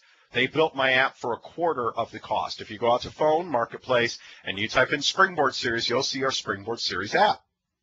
We got that built for almost nothing, because that person was willing to do the job for nothing to get the experience working for Windows, and they built some great things. So again, there are good opportunities. You just need to figure out how they come together and work. How do you ask someone to write a recommendation for you without feeling uncomfortable and needy? Well, if you've done good work for that person, then there's nothing wrong with saying, hey, I'm glad you were really happy with the work that they did. Would you be willing to write a short recommendation for me? Or you can even go to LinkedIn, and you can pick somebody on LinkedIn and say, would you write a recommendation for me? They can choose to ignore it, or they can choose to write it. I don't think there's anything wrong with it. Where it gets weird or needy is when you're asking someone that you've barely done any work for, the work you did was mediocre, and you go and say, hey, would you write me a recommendation? People who said, wow, you've done a great job, or said, hey, if you ever need a recommendation, let me know. Those are the people who say, hey, I would. Would you be willing to do one on LinkedIn? Something short, just a quick paragraph. And if they realize it's not going to take a lot of time, that it's something short, most people are willing to do it. So look for those opportunities. Got a lot of questions. There's still 43 left to go. If other people have pictures of me tagged in their pictures and someone like an employer searches for them, can they see those? Yes. If that person who has tagged you has a public profile, they will be able to see you. They just won't be able to get to your profile, but it'll show your name. It could show up in a search, but they won't be able to see your profile, but they will see that on your picture. That's why you want to be careful. If people tag you and they're searchable, they're going to find those photos. Brian says, is a presentable resume essential when applying for a job? What are some tips to offer about resumes? Absolutely. A poor resume absolutely says don't bother. I have seen some resumes in my day, and I will say this about resumes. Here's my thought and advice on resume. A resume will never get you a job, ever. What a resume says is, I am worth 30 minutes of your time to meet with me, and I hold the basic qualifications that you are looking for. I have never told the whole story of my resume. 5 years experience doing this. I fit everything on one page. 5 years experience doing this. Got over, average 1.7 million, views of traffic, built several great campaigns, 5 world tours, reached over, an average of 6 million IT pros a month. I want people to want to meet me and go, what does he mean? And I want to learn more about this. The idea is the resume should say, wow, this person I need to meet, and they're worth my time. And then when you get in, you can tell your story. If you've told everything and the person knows everything about you just from your resume, why do I need to meet with you? You is what is going to sell someone on a job. You are not going to get a job from a resume. You will get a job from the interview. I know people have a great resume and interview horribly. I've seen people with some mediocre resumes who interview really well. What I don't see is someone with a horrible resume interviewing well because they don't get to the interview stage. If you have a horrible resume, you're not going to get to that next stage where you have the opportunity to sell yourself. You will sell yourself better than any resume. Your resume should show that you are qualified, that you have met or exceeded goals set ahead of you, that you're a well-rounded person, but that you are worth the time to meet with. And that's really critical, and that's really what you want to look for. So I hope that answers your question on resumes, Ryan. How important to become famous on the internet? It's not important to become famous on the internet at all. And if you do become famous, hopefully you're becoming famous for the right things. I don't think it's about being famous on the internet. I think it's about having credibility. Credibility is more important than fame. I mean, I don't watch Jersey Shore, but I know that Snooki is famous, but she's not credible. Okay? That's what I know there. I know if she says, go eat here, I will probably not eat there because she's not a credible person, even though she's famous. But being credible. Being someone who, if they say, here's a great shortcut, you should read this article, you should check this place out. I like this person, and I think they're credible. I'm willing to do it. I think credibility is far more important than fame, especially in today's, the way that we look at media and the way that we look at celebrities today. For my online, wow, here's a long one from Michael. For my online presence, I think it's better to get my own site. It's more difficult to manage, and people may not be able to find the site. The link would be given on my summary card for business and resume, but having a site puts out me in complete control of what goes on. This has limits in building a network. Also limits to fraud, serious theft. Of course, I do not have time to meet up such as select a page. Thanks for the presentation. I may send you a brief follow-up email. It depends on what you're doing on your site. I know people that set up a site and it's crap. So again, why are you setting up a site? What are you going to do? If you're just setting up a site to put up your resume, no one's going to find it. You're better off going to LinkedIn and connecting yourself with key credible people who are going to help you to build. One of my key things is when I got on LinkedIn was having connections with Mark Rasinovich, with Richard Campbell, with a lot of people who were well-known, Ed Bott, people that were respected in the industry, and have them write recommendations. And that did a lot. Sure, you can do your own site, but will people find it? And again, what are you doing better or different? Okay, moving down. Should personal info references, not our signature, be mentioned in the resume? Can a resume be of 3 pages if there's a lot of important content to be mentioned? Thanks for no, it should not be 3 pages. I don't even have a resume that's 3 pages. I'm 46, almost 46 years old and been in the industry for 15 years. My resume is still 1 to 1.5 pages. Just do the highlights. Again, if you put everything down, if you write everything, there's no reason to do it. You should never have more than 2 or 3 bullet points. It should have your job, your title, a very short 2 or 3 line description of your job, and if you did 20 things at that job, pick the one that most relates to what you're going to do. I have, and many people do, 2 or 3 different versions of resumes. I have one for marketing jobs, one that's more tweaked towards social media jobs, and one that's tweaked towards IT pro engagements. They highlight different things. You can have different resumes for different types of roles. It does not need to be a one-size-fits-all. So I hope that that answers your question. I know I answered some of it through some of the previous questions that I answered. Can an employer ask for your Facebook account and password? No, they cannot. That would be illegal. But what they will do is a simple search on your name, and they can also go to a company that will say, hi, please give me a background and profile. They will actually tell them every job you have had, why you have, if you've been fired from that job or if you quit that job. It will tell any time that your name or references to you come up anywhere on the internet, and they can buy that for $25. It takes about 7 hours, and it does a listing. And what's interesting is if you think just because you did something on a web page at one point and it's gone, it still lives on the internet. Go to Google and take a look at cached pages, pages that no longer exist on the internet but still hold information. I find articles and blogs and things people wrote about events that I did that are, the blog is gone, but the cached page is still there, and those can live for up to 5 to 7 years. Advertising, does that include putting out a link on Twitter or Facebook when you post? Absolutely. When I do a new blog post, I go out on Twitter and I go, check this out and do this. Facebook, again, if you're limiting to just your friends, you're not going to advertise on Facebook. But on Twitter, LinkedIn, things like that, through LinkedIn groups, through forums that you attend. Forums are massive. We have more people that spend more of their time in forums and get known for being great forum writers and advocates. Yes, absolutely. Hey, wrote a great blog post on 10 tips and tricks to make working with Windows 8 easier? Absolutely.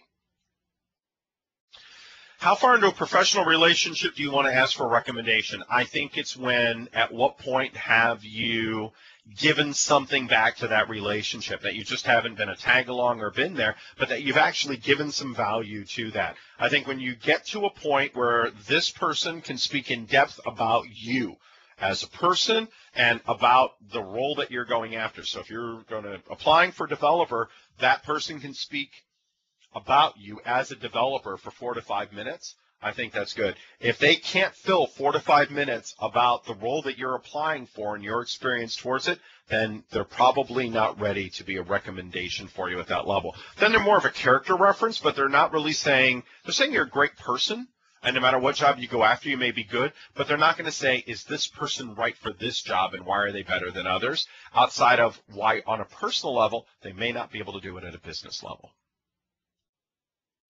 I don't understand. If I don't share my post on social network, how do I reach mass people and audience? I've been doing that.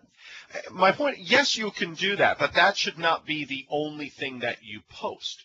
If all you do is promote yourself, that gets very boring and old. If you are interspersing with your own, hey, check out my post on this, that you're also doing other key ones. So again, you've decided you're only going to focus your Twitter feed and your social media focus to say developers. Great post today on MSDN blog post. Check out this free tool to help you develop Windows 8 apps. Hey, check out my blog post on 10 tips and tricks to help developers. If you are one of the things being mentioned, that's great. But if all your Twitter feed is talking about yourself, and I don't know why you are the expert at this over other people, you're not going to get people to it. Okay, so it's not just about advertising what you do, it's advertising about all the things that you have been doing. I hope that answers your question. You are very welcome for my answer. I'm glad you appreciated it. Stefan, can you be turned down for a job if you don't have any online public profile? No, I don't believe you can be turned down for a job if you don't have online public profile unless the job specifically requires it. There are jobs that do require that you have a certain amount of Twitter followers, that you have a verifiable blog. It depends on what you're doing. So do be aware of that. But no, they can't say no for them. There are no cloud technology sessions during the MCCC. Okay, good to know. But you can go to the MVA, the Microsoft Virtual Academy, and there are a bunch of cloud stuff. If you go to Cloud Power, there are a ton of cloud stuff. So there is a lot out there, but it's not going to be part of this career conference. I should have said that. Not necessary to combat impersonation, but even though I'm actively on them, I've grabbed my personal name on LinkedIn, Twitter, and domain name for someone else with that name or person that may want to impersonate me in the future can use it. I think that that's great advice, Nicholas. Thank you. Is it good to be active on most of the social networks during the same day activity? I think it's better to do it for a small amount each day throughout the week. And I think it's also important, one of the things that we do when we go out and we do Twitter or things like that, is we'll do it not only on different days of the week, Monday through Sunday, but we'll do it at various times. Posting a post at 2 o'clock in the morning may not make sense here in the United States, but what I do know is if I posted at 2 a.m., hey, the guys in Amsterdam and the guys in India, it's going to be right in the middle of their day and they're going to see it. I look at things on a global, at a global view. So I think it's pretty critical that, if you're only trying to reach people within your country, then that's fine. I think there are going to be certain times of day, morning and early morning, before people start to work, becomes a great thing to do really critical stuff. I think if you're looking to reach people around the globe, that different times of day are going to do it. So I think that really depends on what your goals are and what you're looking to achieve. I want to become a SQL Server expert. How to start? Well, become an expert in SQL Server and go get certified in SQL Server is probably a really good place to start. And then when you get beyond that, I think a great thing is to start to reach out to the local user groups that support SQL Server, get to become friends with those folks, network within those groups. I know that there are SQL Saturdays all around the world, and those are great opportunities to meet with local folks that are involved in that. But it's starting to find other people that are the experts or the people that you would like to emulate and become friends with and start to move in that direction. And that's what's really going to be critical for you, is to go on that route and to start to put that together. So I hope that that answers your question. Thank you, Manu. Great presentation. Noted down 2 pages of information. I was looking for them for a long time. God bless you. Well, thank you, Waleed. Alex, TrainSignal currently has a couple of free videos for virtualization that can be downloaded. Yes, they do. I know some of the folks over in TrainSignal. I think they do a great job. They're nice folks. New Horizons has content. And like I said, we have a lot of resources at all. Check out the Born to Learn blog. You'll find a lot of great stuff there as well. Why won't most employers then pay for continuing education? That's a great question. A lot of it has to do with budget. As you guys know, times have been rough for a lot of companies. They've had to do a lot of cutbacks, and you will find that the first thing that goes is training. Why? Well, some companies still find it very important, and they still do it, but other folks see it as an opportunity, especially with the business market, that why should I pay to train somebody who is, as soon as they get trained, going to leave and go to a better paying job when I have tons of people who already have that experience and have those certifications I can hire right now. I'm not speaking for all businesses, and I'm sure there's going to be a lot of people over the next day or two, who talk about this and bring that into fruition. But I know that was what was seen in 2 companies that I worked for, was that people tend to get trained, and then they leave that job to do that. Now, there are companies, and I know people have said that their company is, hey, if you are willing to cover 50% of my educational costs, or you're willing to pay for my certifications, or just pay me for the time that I'm out taking these classes, I will sign a guarantee that says I will stay with this company for X amount of years, that I will stay for, after I'm fully certified, it's going to take me 2 years to get certified, and I promise that I will stay for 2 years beyond that if I do that. And once I get each certification, you'll basically pay for that in books. It's always worth it to talk about that. Other companies like ADP will actually pay a certain amount. They pay up to $3,500 a year towards certification, but you have to pass the exam. Once you pass the exam, you can come in, you can get reimbursed, and they also give you $500 to $1,000 bonuses for every certification that you get. Now, that's within their industry, which is HR and finance, but there are many other companies that will do the same. So that's kind of the best I can answer for you on that one, Scott. Being an MCT, I can shift to a development career. Will that be the end of my training career? No. I mean, one of the things that I like is I've kept my MCT going, and I love the fact that if I ever decide that I no longer want to work here at Microsoft, I could walk into any CPLS and say, hey, I'd like to go train again, and I could pick up that job immediately. And was doing it, actually, when I was doing consulting. I would actually spend evenings at Cal State Fullerton, and I was actually teaching an MCSE track 2 nights a week while I was working full-time. Why? Because I love teaching.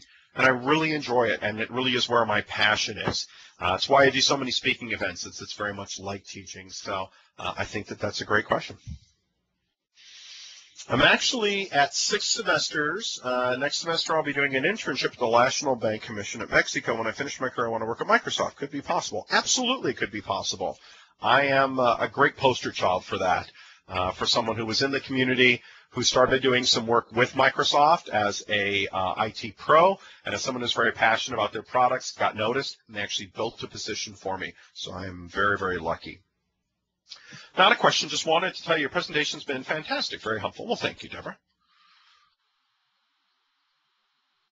What are the best Microsoft certifications available? I'm not the best person to answer that because I don't think that there are ones that are best versus others. I think it depends on which area and what you're looking to do, developer versus IT pro, etc. What I can say is that the best thing to walk away with is a combination of certification and experience, and if you don't have experience, having an internship. Just having certification is great, but it's not always enough. Having certification plus experience will help you over people who have more experience but no certification. That is something I have seen over and over and over again throughout my career and has been a big help to me. Any advice on cleaning up Google results for your name or getting more relevant results to show up? Cleaning up Google results, if they are true, not much you can do. You can write an email to Google on a case-by-case basis and say, hi, this information's false. Can you please remove this? It's not true. It was manufactured. You can see a lawyer for a very small fee. For a few $100s, they can have things removed. Increasing your search relevance, the best way to do it is to write content that is more relevant that more people go to.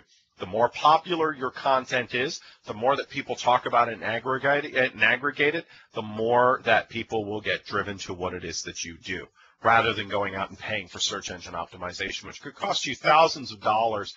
It's better to happen organically, and it will put you to where you need to be in a much better way. Not a blogger or frequent on Facebook. How can I build a brand of my own? I think that's what we've been talking about the whole time is it doesn't just necessarily need to be a blogger or Facebook or Twitter or LinkedIn. It's about what are you doing? If you're showing up, if you're at the events, if you're meeting the people, if you are sharing your expertise, if you're around those folks, you are going to start to build a good social media repertoire. And then you can walk into a job, and even though you have no social media footprint, you have a lot of recommendations, you have good connections, and jobs will come to you because people are going to say, oh, if you're doing this, I know a great developer, you should call them.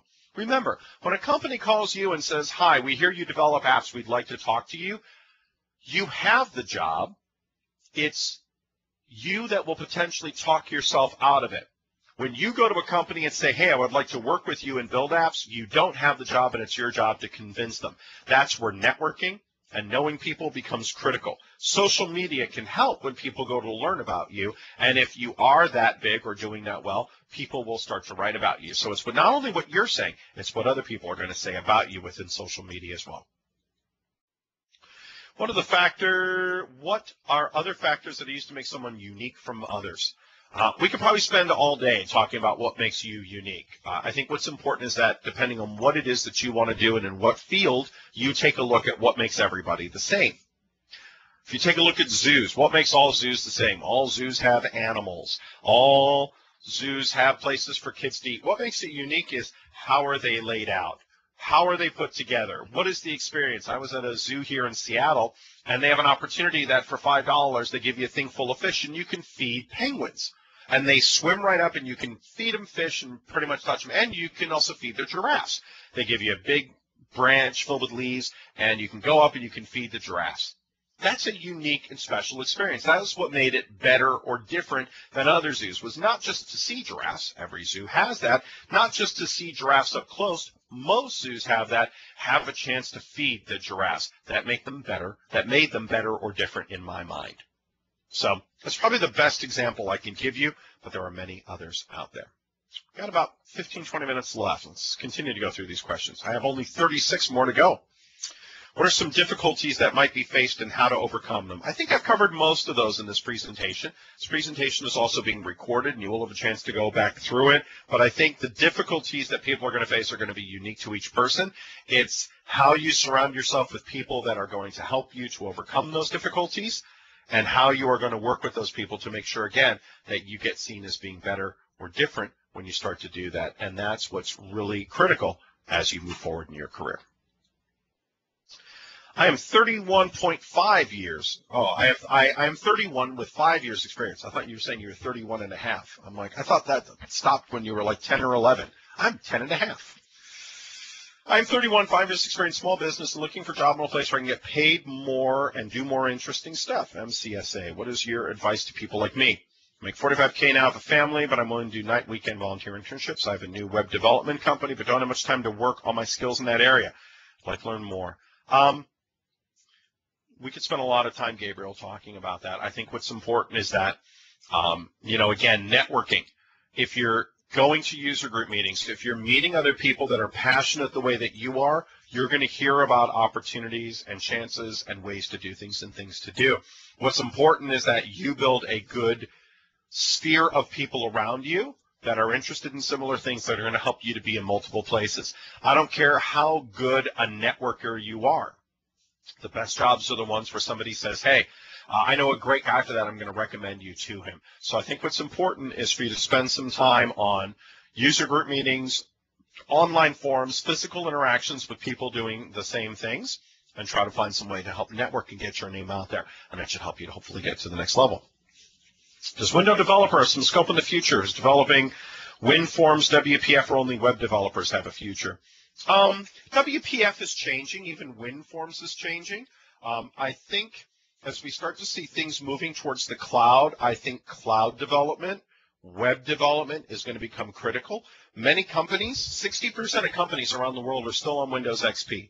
Many of the applications that they use are not compatible with Windows 7 or Windows 8. I was in South America. I met with one of the biggest banks in South America. They're still running 16-bit apps. And my comment to them was, it's not just about making the app compatible. Does this app still meet your business needs, and does it allow you to be agile? There's great opportunities for developers who know how to build web-based applications to say, let's take this DOS-based application that you're using, let's build a secure web-based application.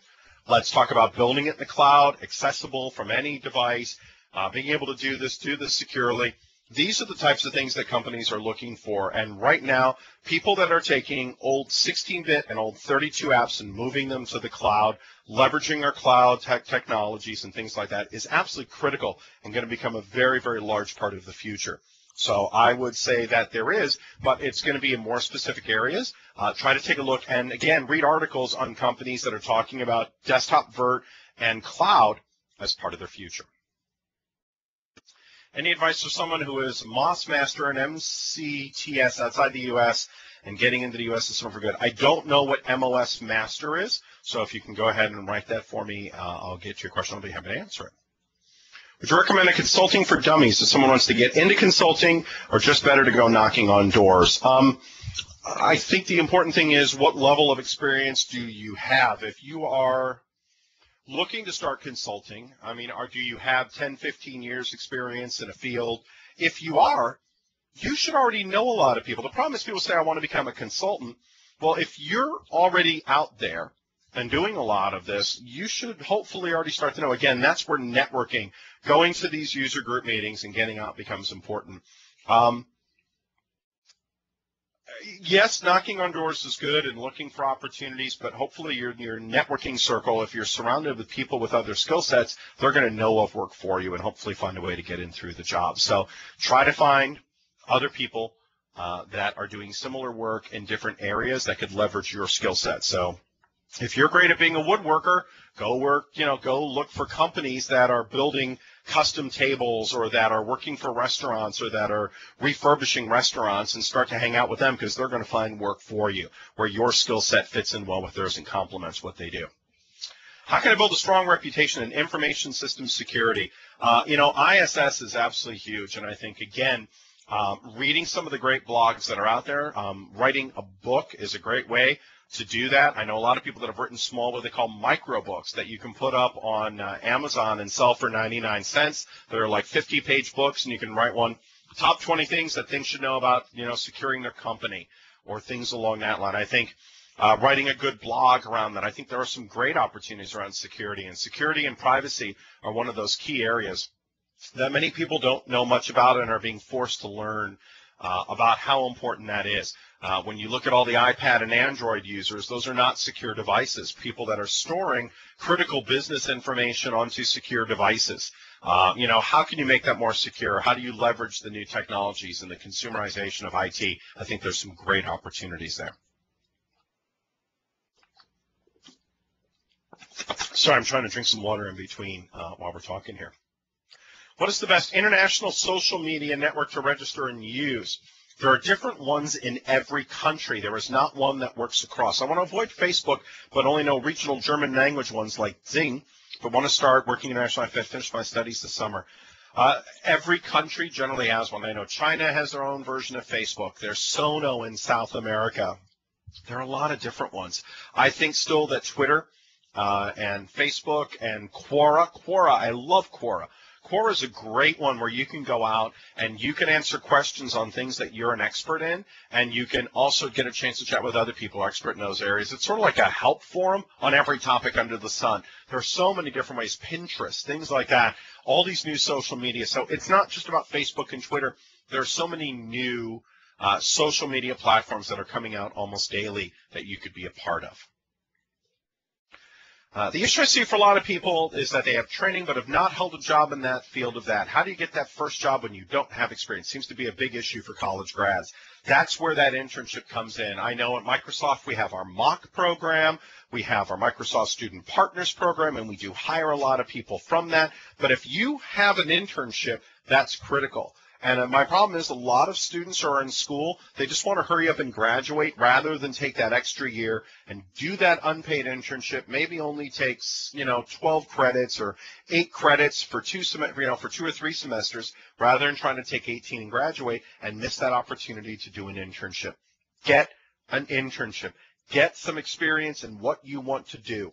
And this earlier in your career you can do it, and the earlier in your college career, the better, because it will really tell you, is this something that you really enjoy and want to do and like to do, and is this part of what you're doing? It's really, really critical as you start to do that. So that's one of those really kind of key areas, but get an internship. I think that's probably one of the most important things, and then start to go to the local user group meetings and network. You're going to meet people in those fields, and you'll have a great opportunity for somebody to say, yeah, we have an opening in our company entry level. We're looking for someone.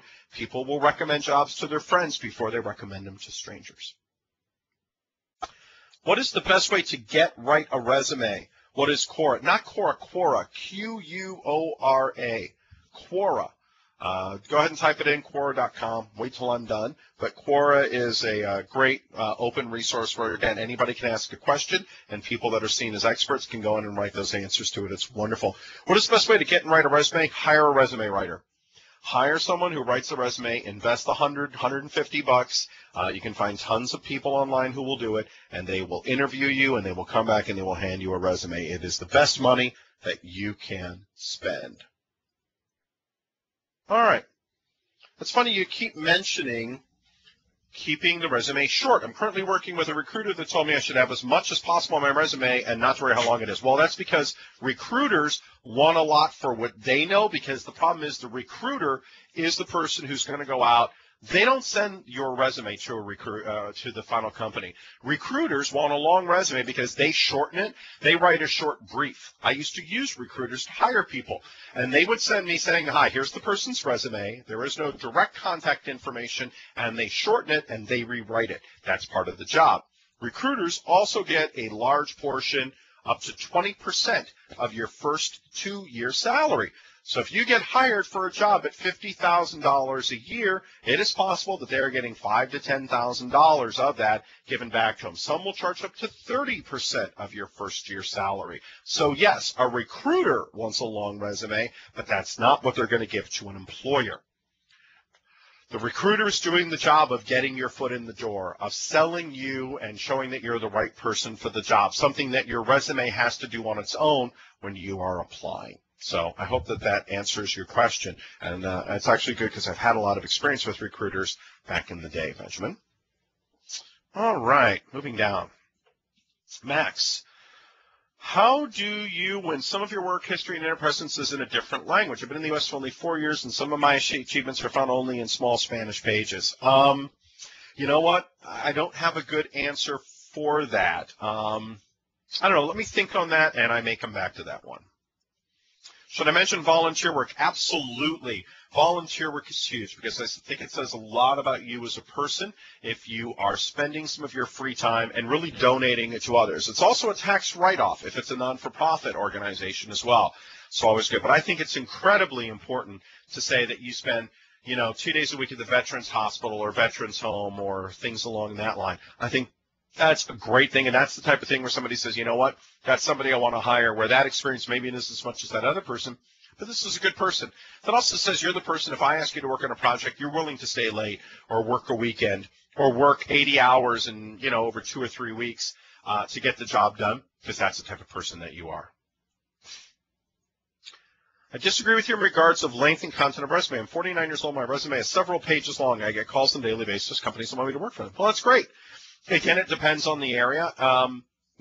Generally, I know because I've had most of my jobs for 7 to 9 years or longer that I've only put my last 3 jobs on there because that's made up the last 15, 20 years. If you are someone who's had a lot of jobs, then that, yes, can absolutely make a difference, and you wouldn't want to leave that out.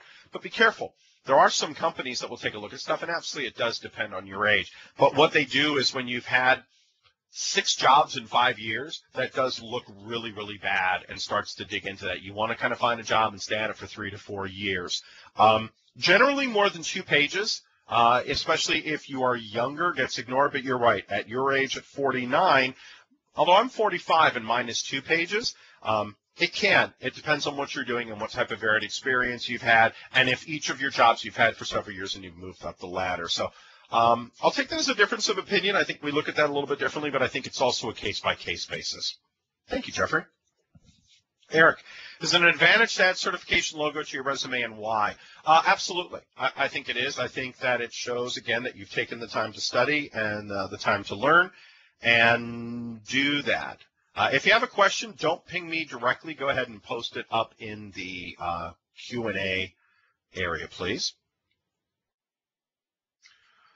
Oh, I still have a lot. I don't know if we'll get through all these, but we'll try.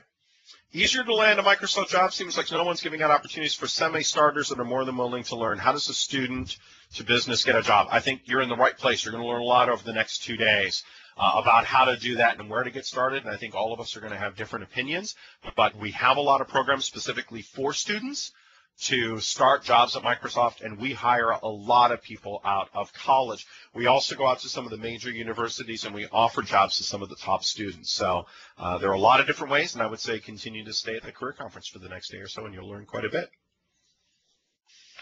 Would you recommend a career coach to help with branding and job search? I'm almost having 0 hits on resumes and I post online. Absolutely. I would, again, get with a professional resume writer. I would also meet with some headhunters and ask them to take a look. And I would, if you're not getting jobs, and I've done this, there are jobs I've wanted, I've interviewed and not gotten. I've asked people, hi, what did you not see in my resume that I was missing? I'd really like to work for a company like yours. What can I do to help make myself more hireable? And I've gotten some really great answers that have really helped me over the years to become more sellable. So I think that, but also look at people who are successful or doing what you want to do and have them take a look at your resume and ask for their feedback.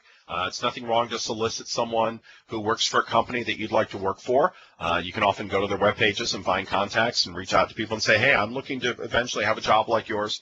I'm trying to get a job in this industry. You know, any advice you can give? Would you want me to look at my resume? Again, local user groups, networking groups will all help you, Wendy. I want to make a career in security. How do I start with certification? There are security certifications. It's a great place to start, but it really is about knowledge. It should be something you have a passion for and that you should already know quite a bit about, or at least starting to learn. Read a lot of books, go out to the blogs. Again, I could spend all day, but I kind of want to answer the focus questions rather than some of the general ones. Do you hand out business cards with your blog or Twitter? Actually, when you look at my business card, it does have my my Twitter handle, and it does have my main address. It does not have my blog on it, unless you are a professional blogger or that is really the backbone of your business that you're trying to sell. Do you have a good suggestion on how to get paid to learn a new technology? I don't on how to get paid to learn a new technology. I think that's something that you kind of need to meet someone halfway. It's very hard to say, hey, I don't know anything about blogging, about being an IT pro, would you be willing to hire me and teach me? I think that's the point where you want to look at getting certified, starting to go to some of the user group meetings and starting to get some experience within that area. I think there are some middle grounds, and again, you'll probably learn some good suggestions over the next day or so. Especially for technology you don't know that well, find and seek people out who do know it well, who are friends of you or know it better than you, and start to learn from them. You're going to find, again, some of the most successful developers are people who picked up the free ADK, started playing with it, and just started to develop games and things like that for fun, and found they really had a niche and a passion at it. And at that point, once they understood the basics, people were often willing to take a chance on them.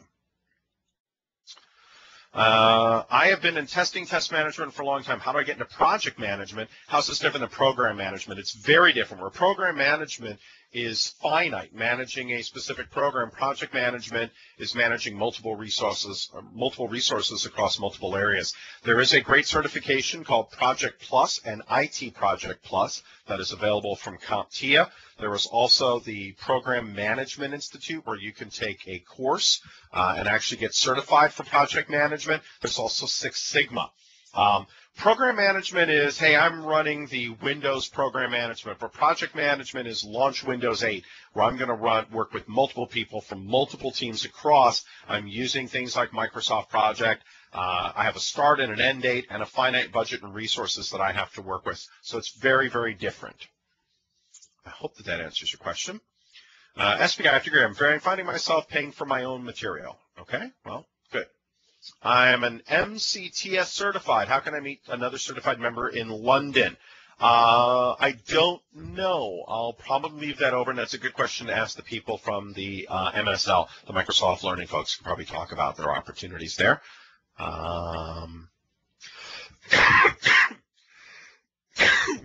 I can't answer any questions about certification classes. Those will have to be referred to the people that will be talking about certification later in the day today. Looking to learn more about .NET and PHP. Again, I'll probably take you out to say which one. I mean, .NET is a great framework and is really the backbone. PHP is not being used as much. I do know that .NET is really the backbone of developing most applications. So I'll at least point you in that, but I would say type in .NET versus PHP and see what you find in searches and go to some of the forums and read what people are writing. There's been a mention of internships, mentions certifications. Do business professionals consider college degrees as important? It depends on the job. I know here at Microsoft, most of our jobs require a master's degree and 5 years experience to even be looked at. No master's degree, they're not even going to look at you for many of our positions. Many companies are also the same way. A college degree, a bachelor's degree, really shows that, hey, you can go to school for 4 years, you can show up and you can do your homework and you're a self-starter. Master's really starts to show that you've mastered your craft and that you know more than the average folk. So I think it is changing. We're finding that a master's now is what a bachelor's was 5-10 years ago. So I think it is important, but again, that's just my own personal feeling on that one. All right, I don't think I'm going to get through all these questions, but I'm going to try a few more. What if somebody's more famous than you with the same name? What do you do to be first in Google? I don't have a good answer for that. There are a bunch of Stephen Roses. I know one who's a piano player, violinist, another one who's a jeweler. I think But if you search me, you'll find that there are more about me. So it's not about one listing. You'll actually find more listings on me than some of the other people. So I don't think it's about being the top listing. I think it's about being the most amount of listings across. My own personal opinion. Can a company lay you off at any time without notice? It depends. In the United States, there is something called at-will employment. So absolutely, an employer can walk up to you and say, "Hi, you're fired," and not have to give you a reason for it. So I think it depends on your company. Jason, any advice for organizations transitioning from a break-fix management services provider to roles of vendor, virtualization, and hybrid cloud-based solutions? I could spend all day going through that. I don't think it's something I can unfortunately answer in the next 3 minutes. So, yeah, it's kind of a deep one, and I kind of want to keep it focused on what we're talking about how to build your brand and career rather than specific career advice. Microsoft Office Specialist, Word, PowerPoint. I think these feel the old mouse, the Microsoft Office User Specialist stuff.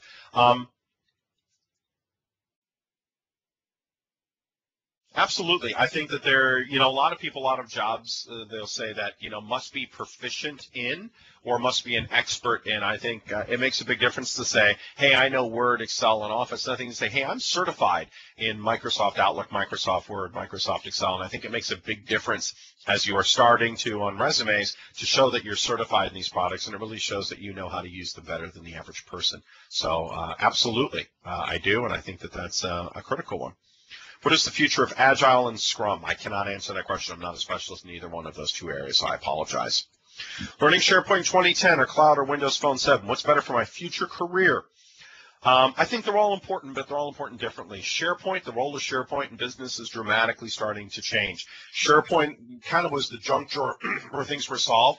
Now, especially with Office 365, it's becoming the backbone for business. Learning how to implement and manage SharePoint is pretty critical. Cloud, there's a ton of different areas. I mean, Azure is all up, and I think depending on where you're going in, understanding the cloud and how it works is pretty critical. Windows Phone 7 and Windows 8 are key technologies that are growing, and there's a lot of opportunity there. So I think they're very different opportunities. It depends on the path that you're looking to take. Why does Microsoft not do something like Facebook? We do. If you go and you type in Windows, we actually, our various product teams all have got Facebook. Matter of fact, we have close to 5 million followers on our Windows page. So if you go to Facebook and type in Windows, you'll see our Windows page. If you type in Windows Phone 7, you'll see our Windows Phone page, our live page. So we don't do a Microsoft all-up page. We break it down by products, and you will find we have quite deep experiences on Facebook. An idea how to get a job if you don't have a work visa. I unfortunately cannot get into work visas or talk about work visas. I apologize, but that's not an area where I have, any advice. Again, hopefully some of the folks in the career conference today can have a little bit more experience around that. I apologize. I don't have much insight into that area. Tim, what about if you're going long past graduating and internship still viable? Absolutely. I think that again, that's a different type of internship. That's where I've had people say to me, hey, you're a professional. Can I tag along on some projects? You're going to be doing an install. Can I help this weekend? Those also count as experience, and they're kind of mini internships if you want, saying, you know what, worked on this project, worked on this. Did you get paid for these? No. I actually sort of look at them kind of like an internship because I was already out of college and working a full-time job, but I worked with these people on these projects and I got experience. So I think that although not an internship in an internship way, because you're older, and you're networking more, there are great opportunities to tag along and be with people and learn from them as they do it. And that is very much like an internship, and it is giving you real world experience. Just create an account on Quora. Thanks for sharing the website. Excellent. Thank you. I'm an MCTIP SCCMSCOM certified, looking for companies but most companies looking for VMware experience. Have Hyper-V experience, but not VMware. How do I get a job in VMware company in New Zealand? Well, I don't think it's a VMware company. And I will say this is that with our newest technologies with Windows 8, Server 8, AppV, MedV, there still is a lot. VMware has got certifications. They do camps. They do things as most of the key products do. I think it's going out and taking these certifications, not only our own, but a mix of certifications is great, and looking for opportunities to learn these products. But it really comes down to not just being certified, but actually using them. So finding people, houses that are Microsoft, that are using Microsoft Server technology and using VMware virtualization. Virtualization is absolutely one of a very critical area. If you're getting into IT, if you do not know virtualization, it's the same thing like if you're going to get into network administration. You not only need to know our own products, but being Cisco certified and understanding Cisco certifications becomes critical. So the more you can mix it up, the better. I know that doesn't fully answer your question, but that's, with the amount of time we have, the best answer I can give you at this point. Can you get an internship in college semester instead of summer? Yeah, I got one. It depends on the school. When the college that I went to, it was considered for credit, so I actually got 8 college credits for doing an internship 3 days a week. So it depends on the college you go to. Talk to your career advisors at that college. Travis, what do you call a top student, and does GPA make a difference? Again, it depends. I think if you have a great GPA, it certainly makes a big difference. But again, it's not just what you learned in school, it's the experience you have. But it certainly will never hurt you, and I think that's a pretty basic statement. Jeremy, have you seen the need for MCP, MCSE, MCT being more prevalent, or do employees still more give credence to the college degree? Absolutely. Actually, it gives more credence. Someone who did a degree in IT, that's great, but I will look for certifications. I don't care if you have a degree in IT. Having a degree in IT doesn't mean you actually know anything about doing anything in IT. It means you know terminology and you know basic networking. But when you're certified, I look at that almost as an insurance policy around using our equipment and what we do. And that's pretty critical. If you are, SQL Server certified, if you're SharePoint certified, then you're certified to work on that. Just because you have a degree in information management does not mean that you're certified, does not mean that you know how to use those products. Think of it like a specialist. It really makes a big difference and does take you to a whole other level. So it's pretty critical as you're looking to do that. Thank you for a good presentation. You're very welcome. I'm re-entering job market after a 1-year sabbatical. What would you recommend to me ramping up for and beginning my job search? And have I played with Windows 7 and will achieve a total of 3 Windows 7 certifications? Excellent. I think it depends on where your passion is and what you want to do. So I don't think that there's any one area. I think it's what are you passionate about? What do you love to do? And how can you leverage those skills and those passions around what you're working on? So it's a great question. Good luck to you. Veronica says, also visit the Training and Certification Lounge during the conference. Absolutely. That's another place as well as the sessions where you can ask a lot of these questions and network and meet some great folks. I'm an MCA working as a .NET developer in Cognizant for the past 14 months. Very much interested in cloud computing so I can get knowledge on Windows Azure. Absolutely. I would start with the Microsoft Virtual Academy, the MVA. It's a great place to start, and go to Cloud Power. The Microsoft website on Cloud Power is a great place to start. Mohammed, what's more preferable, diversification or specialization in a different field? I think it depends on what point in your career you're at. I think, and again, my own opinion, I think early in your career, I think diversification, it's the whole jack of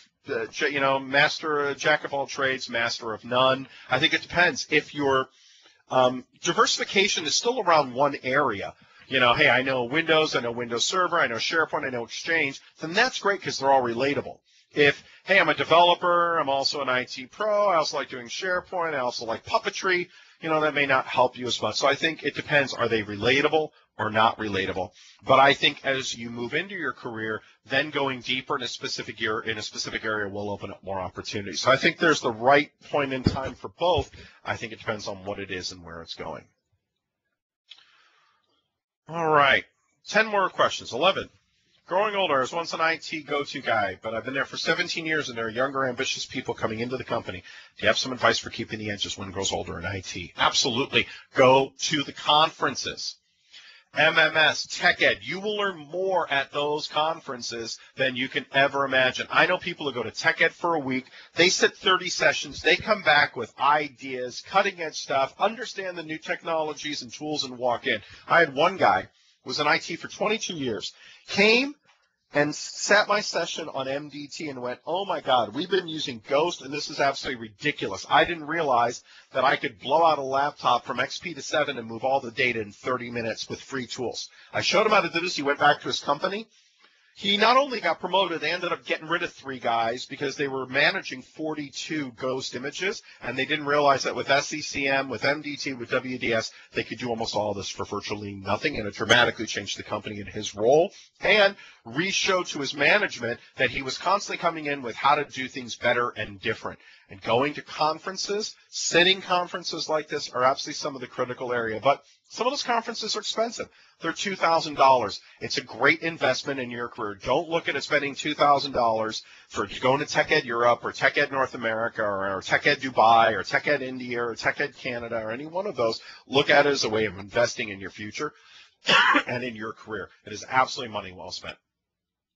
Sorry, Joan Late, wrong form for the question, okay?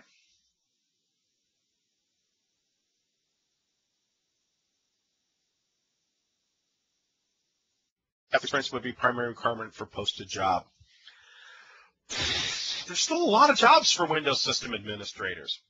Again, I would start to set up a network at home, get 2 or 3 old machines, set it up, and start to play with those features that you don't use, but that you're interested to gain that knowledge and experience. It's nothing to say, look, I haven't used this. This is what I've done in a practical environment, but I know how these other features do, and I can implement them well. It's probably the best advice I could give you there. Okay. Similar to the Alliance Microsoft, any ideas regarding outsourced contract work? Not really. It's great. I did outsource contract work for a while. It's great because you get a chance to kind of change things up, but it really depends on what you're doing and where it's at. What is the future of .NET, many other technologies? I can't get into future technologies and futures, and this is not the right platform for it, so I apologize. Thank you for your presentation. You're very welcome. What do people look for in interviews, either qualifiers or multiple areas? I think it depends on the interview. I think they look for someone who can do the job, but also has potential to do more and learn and grow. I know when I hire people, I look for someone who can hit the ground running, that has some experience, and in the areas that they're weak, that they have the passion and the drive to learn what's done, that they're willing to do whatever it takes to get the job done. That if it's going to take them 20 hours in a week to get it done, then that's great. In some weeks, if it takes them 80, that they're willing to do it. What I don't want is someone who just walks in at 9, walks out at 5, that, hey, I got a life, I got this, I just want to come in and do my job. I don't want to take it home with me. That doesn't work in my type of job that I'm doing. It does in others. I think I want somebody who comes in saying, look, what I don't know, I will learn. I'm very good in these areas. I bring this to the party that you currently don't have. They're bringing something to that mix, and they're very passionate. And that's what's really important to me. Passion for me is one of the most important things that I see in people. When they're excited and they get me excited, I get excited too. And I've seen people that have a ton of great experience but no passion. I'm not interested. I found some people who are maybe lacking some experience, but what they're lacking, they make up for passion and drive, and absolutely I will look at them. It's not quorum, it's quora. Q-U-O-R-A. There's no M at the end. Quora.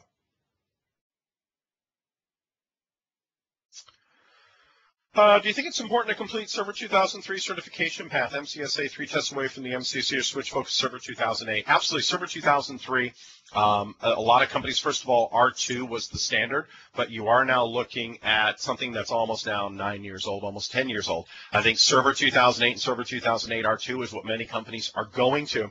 I think you want to be an expert in what people are going to, not always what they're at. It's the same thing that you should be Windows 7 certified, Server 2008 or Server 2008 R2. Being certified in something that, yes, many companies are using, that's great, but you're not going to help them to migrate to the new version. I think it's always important to be with those more current versions rather than finishing off things in old. I think that that's great if that's your first certification to get certified in that, but then I think sometimes it's only 2 or 3 exams to update. I think you immediately want to update. So finish your 2003. Get those 3 tests, get your MCSE, but then immediately look to take those 2 exams to upgrade you to the later version. That will make you more marketable. Very big thank you for presentation. I used the word sincere for my first word of the brand question. Your sincerity, not mine. Oh, thank you. I appreciate that. Getting certified on Certified Scrum Master, 6 Sigma, Trend Developer, Management, excellent. Experience 4+ years, asking for developer right course for me. SharePoint Cloud, Metro Apps on Windows 8. I think All of those are great, and they're all very different. I think you can't go wrong becoming a SharePoint developer. I think you can't go wrong learning how to develop apps for the cloud. I think you can't go wrong learning how to build apps for Windows 8. I think all of those are great. I think it depends on what your passion is and what you're interested in, what you're looking to build. But I think you're definitely off on a great start and definitely moving in the right direction.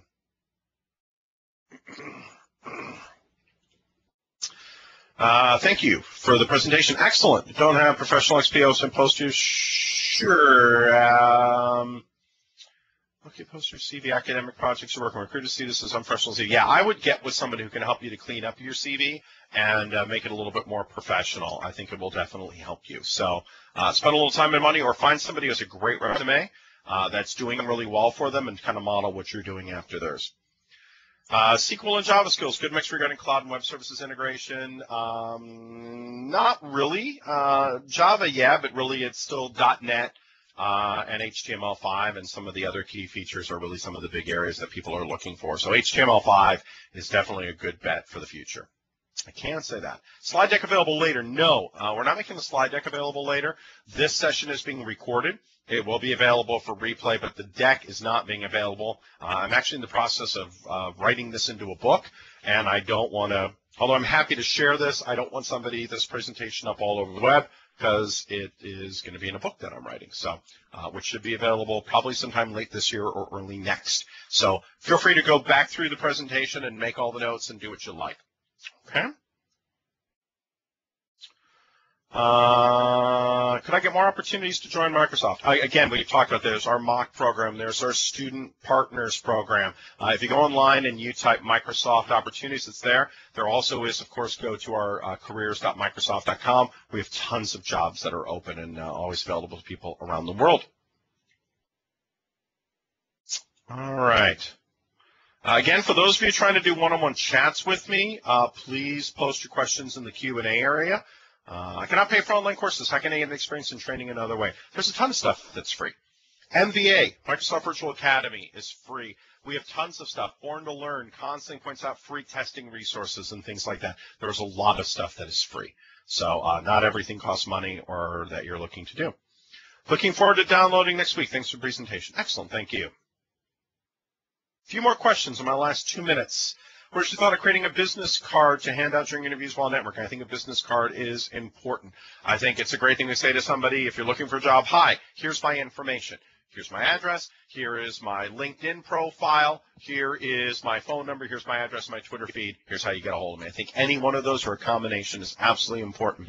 Also, key information you recommend having on the card. Again, name, address. If you do a lot on Twitter, put your Twitter feed. If you don't put it there. If you have your resume up on LinkedIn, add your LinkedIn for your resume. That's a great place to put it. Definitely an email address and a phone number. Okay. If I have a certification in any other technology, the Microsoft certification, I appear and interview at Microsoft. Any bad impressions on me? No, not at all. We hire people that have got certifications in tons of different areas. I don't think you have to have Microsoft certifications to gain jobs at Microsoft. But I think if you're looking to get a job on the SharePoint, and you're going up against 3 people that are certified in SharePoint, therefore know more about it and have been implementing SharePoint and have more real-world experience with it, it will be harder for you to get a job without the certification, without the real-world experience. I think the real-world experience is critical. So I can probably say that with some level of confidence. Great information. Thanks for sharing. Excellent. What books would I recommend? It's a good question. You know what? I'll do a blog post on that. Watch for my blog, and I'll put a blog post up on 5 good books about branding and building your career. All right. Can I use you as a reference? Just kidding. Great presentation. Thank you. I appreciate that. May sound immature, but expensing stuff related is advisable, as you told, for example, learning Microsoft stuff, but it don't land up in a job with Microsoft. Expertise stuff related is advisable, but as you told, for example, so if I start learning Microsoft, but don't land up a job at Microsoft, then it's fine. The stuff that I did, it was not to gain a job at Microsoft. That was never my end goal. My end goal was to work within community, be successful, run my own business, or get hired by someone. I just happened to get noticed by Microsoft for doing that. As an MVP, I did a lot of events, and I did them for free, and I did them not because I was looking to gain a job with Microsoft. That actually was not part of my career plan or goal. I enjoyed sharing what I knew with members of community and being seen as an expert. It just happened that I became such an expert that Microsoft wanted to hire me for that, but that was never my goal. I think if you do things because you're expecting to get noticed by big companies to get hired, that's not always the best reason to do them. I think if you're going to be doing speaking events and public events and things like that, it really is that you are looking to share your gifts and you're looking to help others and you're helping people to help not make mistakes and things that you've learned from. So that's probably my best advice around that one. All right, I think we're almost out of time. What do you focus on the most that gives you drive or to do what you do? Coffee. Coffee gives me a lot of my drive. No, honestly, I love what I do. I love being able to help others. I love being able to connect people. I love it when people find out that there are things they can do to help make them more successful at what they do, and that's where a lot of my drive comes from, and that's why I do a lot of what I do, and I get a lot of joy from that. So, thanks, Mark. Do interviews look for your online presence? And yes, what to look for? We had talked about that earlier in our presentation, so I encourage you to go back and take a look at this presentation beginning because I do cover that and go into more detail on that. I know DICE is a good site, but I really don't know. I've unfortunately been out of the job market now for about 3.5 years, so I don't know what some of the key job sites are. So unfortunately, I can't answer that. I apologize. Excellent keynote. Thank you. Taking on some Microsoft online courses in the past. Always want to have a simulation software, but does Microsoft not respond? There are a lot of simulation software. It just depends on what simulation you're looking for. So there are quite a bit. Again, I'll point you to some of the resources I've talked about earlier. Great. Good to hear, Benjamin. That's perfect. That's exactly why we put things like that out there. STEP is a Springboard Technical Experts program. It's a top program for MVPs around Windows Desktop that we currently have out there. Virtualization for Admin Server 2, virtualization is really critical. Understanding Hyper-V, Hypervisor Manager, and some of our new Hyper-V technologies is critical. You're going to find VDI implementations being one of the top things that many customers are looking for. And with Windows 8, being able to have touch-enabled VDI is a really critical area. Thank you for the presentation. You're very welcome. Talk about MVPs as mentor, but there are no contracts for them. How can they be? Yes, there is. If you go out to the Microsoft MVP site, there is a directory, and you can click on that, and many of them have contact information on how to reach them. What about putting cert logos on business cards? I think that's absolutely fine. I did it for years. Thank you so much. You're very welcome. You're very welcome. MS Surface is still worth pursuing? I don't know. I don't know much about the Surface, so I apologize. Windows 8 takes a lot of what was in Surface and moves it over, so if you're looking to get more into touch, I think Windows 8 is going to be a great place to start to take a look. I don't know MNC, so you have to let me know what MNC means. SCOM, want to share SCOM with others. SCOM SME, there are a ton of SCOM websites and blogs and forums. I'd encourage you to post in those for SCOM. Correct thinking, I need basic small and medium-sized business use SQL Azure, but enterprises still need Oracle SQL Server. There are, absolutely. I think that there's also SQL Azure is great for some small businesses. Many will go out to farms to do that.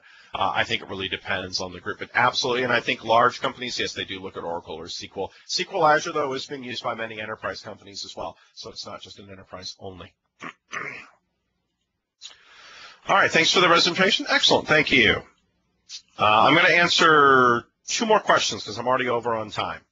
How can I become an IT evangelist, and is it really a job? Yes, it is. We actually have our people called developer evangelists and IT pro evangelists. They are in almost every major country and city around the world. They're part of our DPE organization, and yes, we often have jobs for evangelists where you actually will cover a territory, and your role is to support the local developers or the local IT pros in that area. So yes, you can find many information. Go out to TechNet or MSDN. You'll often find people called evangelists, and yes, they are paid for doing the job. Thank you. Excellent. Great. Glad you enjoyed it. Thank you very much.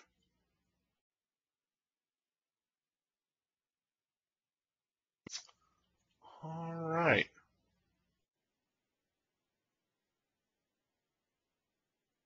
I think that's it for our questions and all the time that I have. So at this point, I'm going to say thank you very much, everybody. We ran a few minutes over, but I wanted to try to answer as many questions. Feel free to follow up with me via our areas. Make sure that you fill out the survey Thank you very much. I look forward to seeing you guys on Twitter. And email me if you have questions. Have a great week at the rest of the conference. And thank you so much, everybody, for showing up. I had a great time this morning working with you.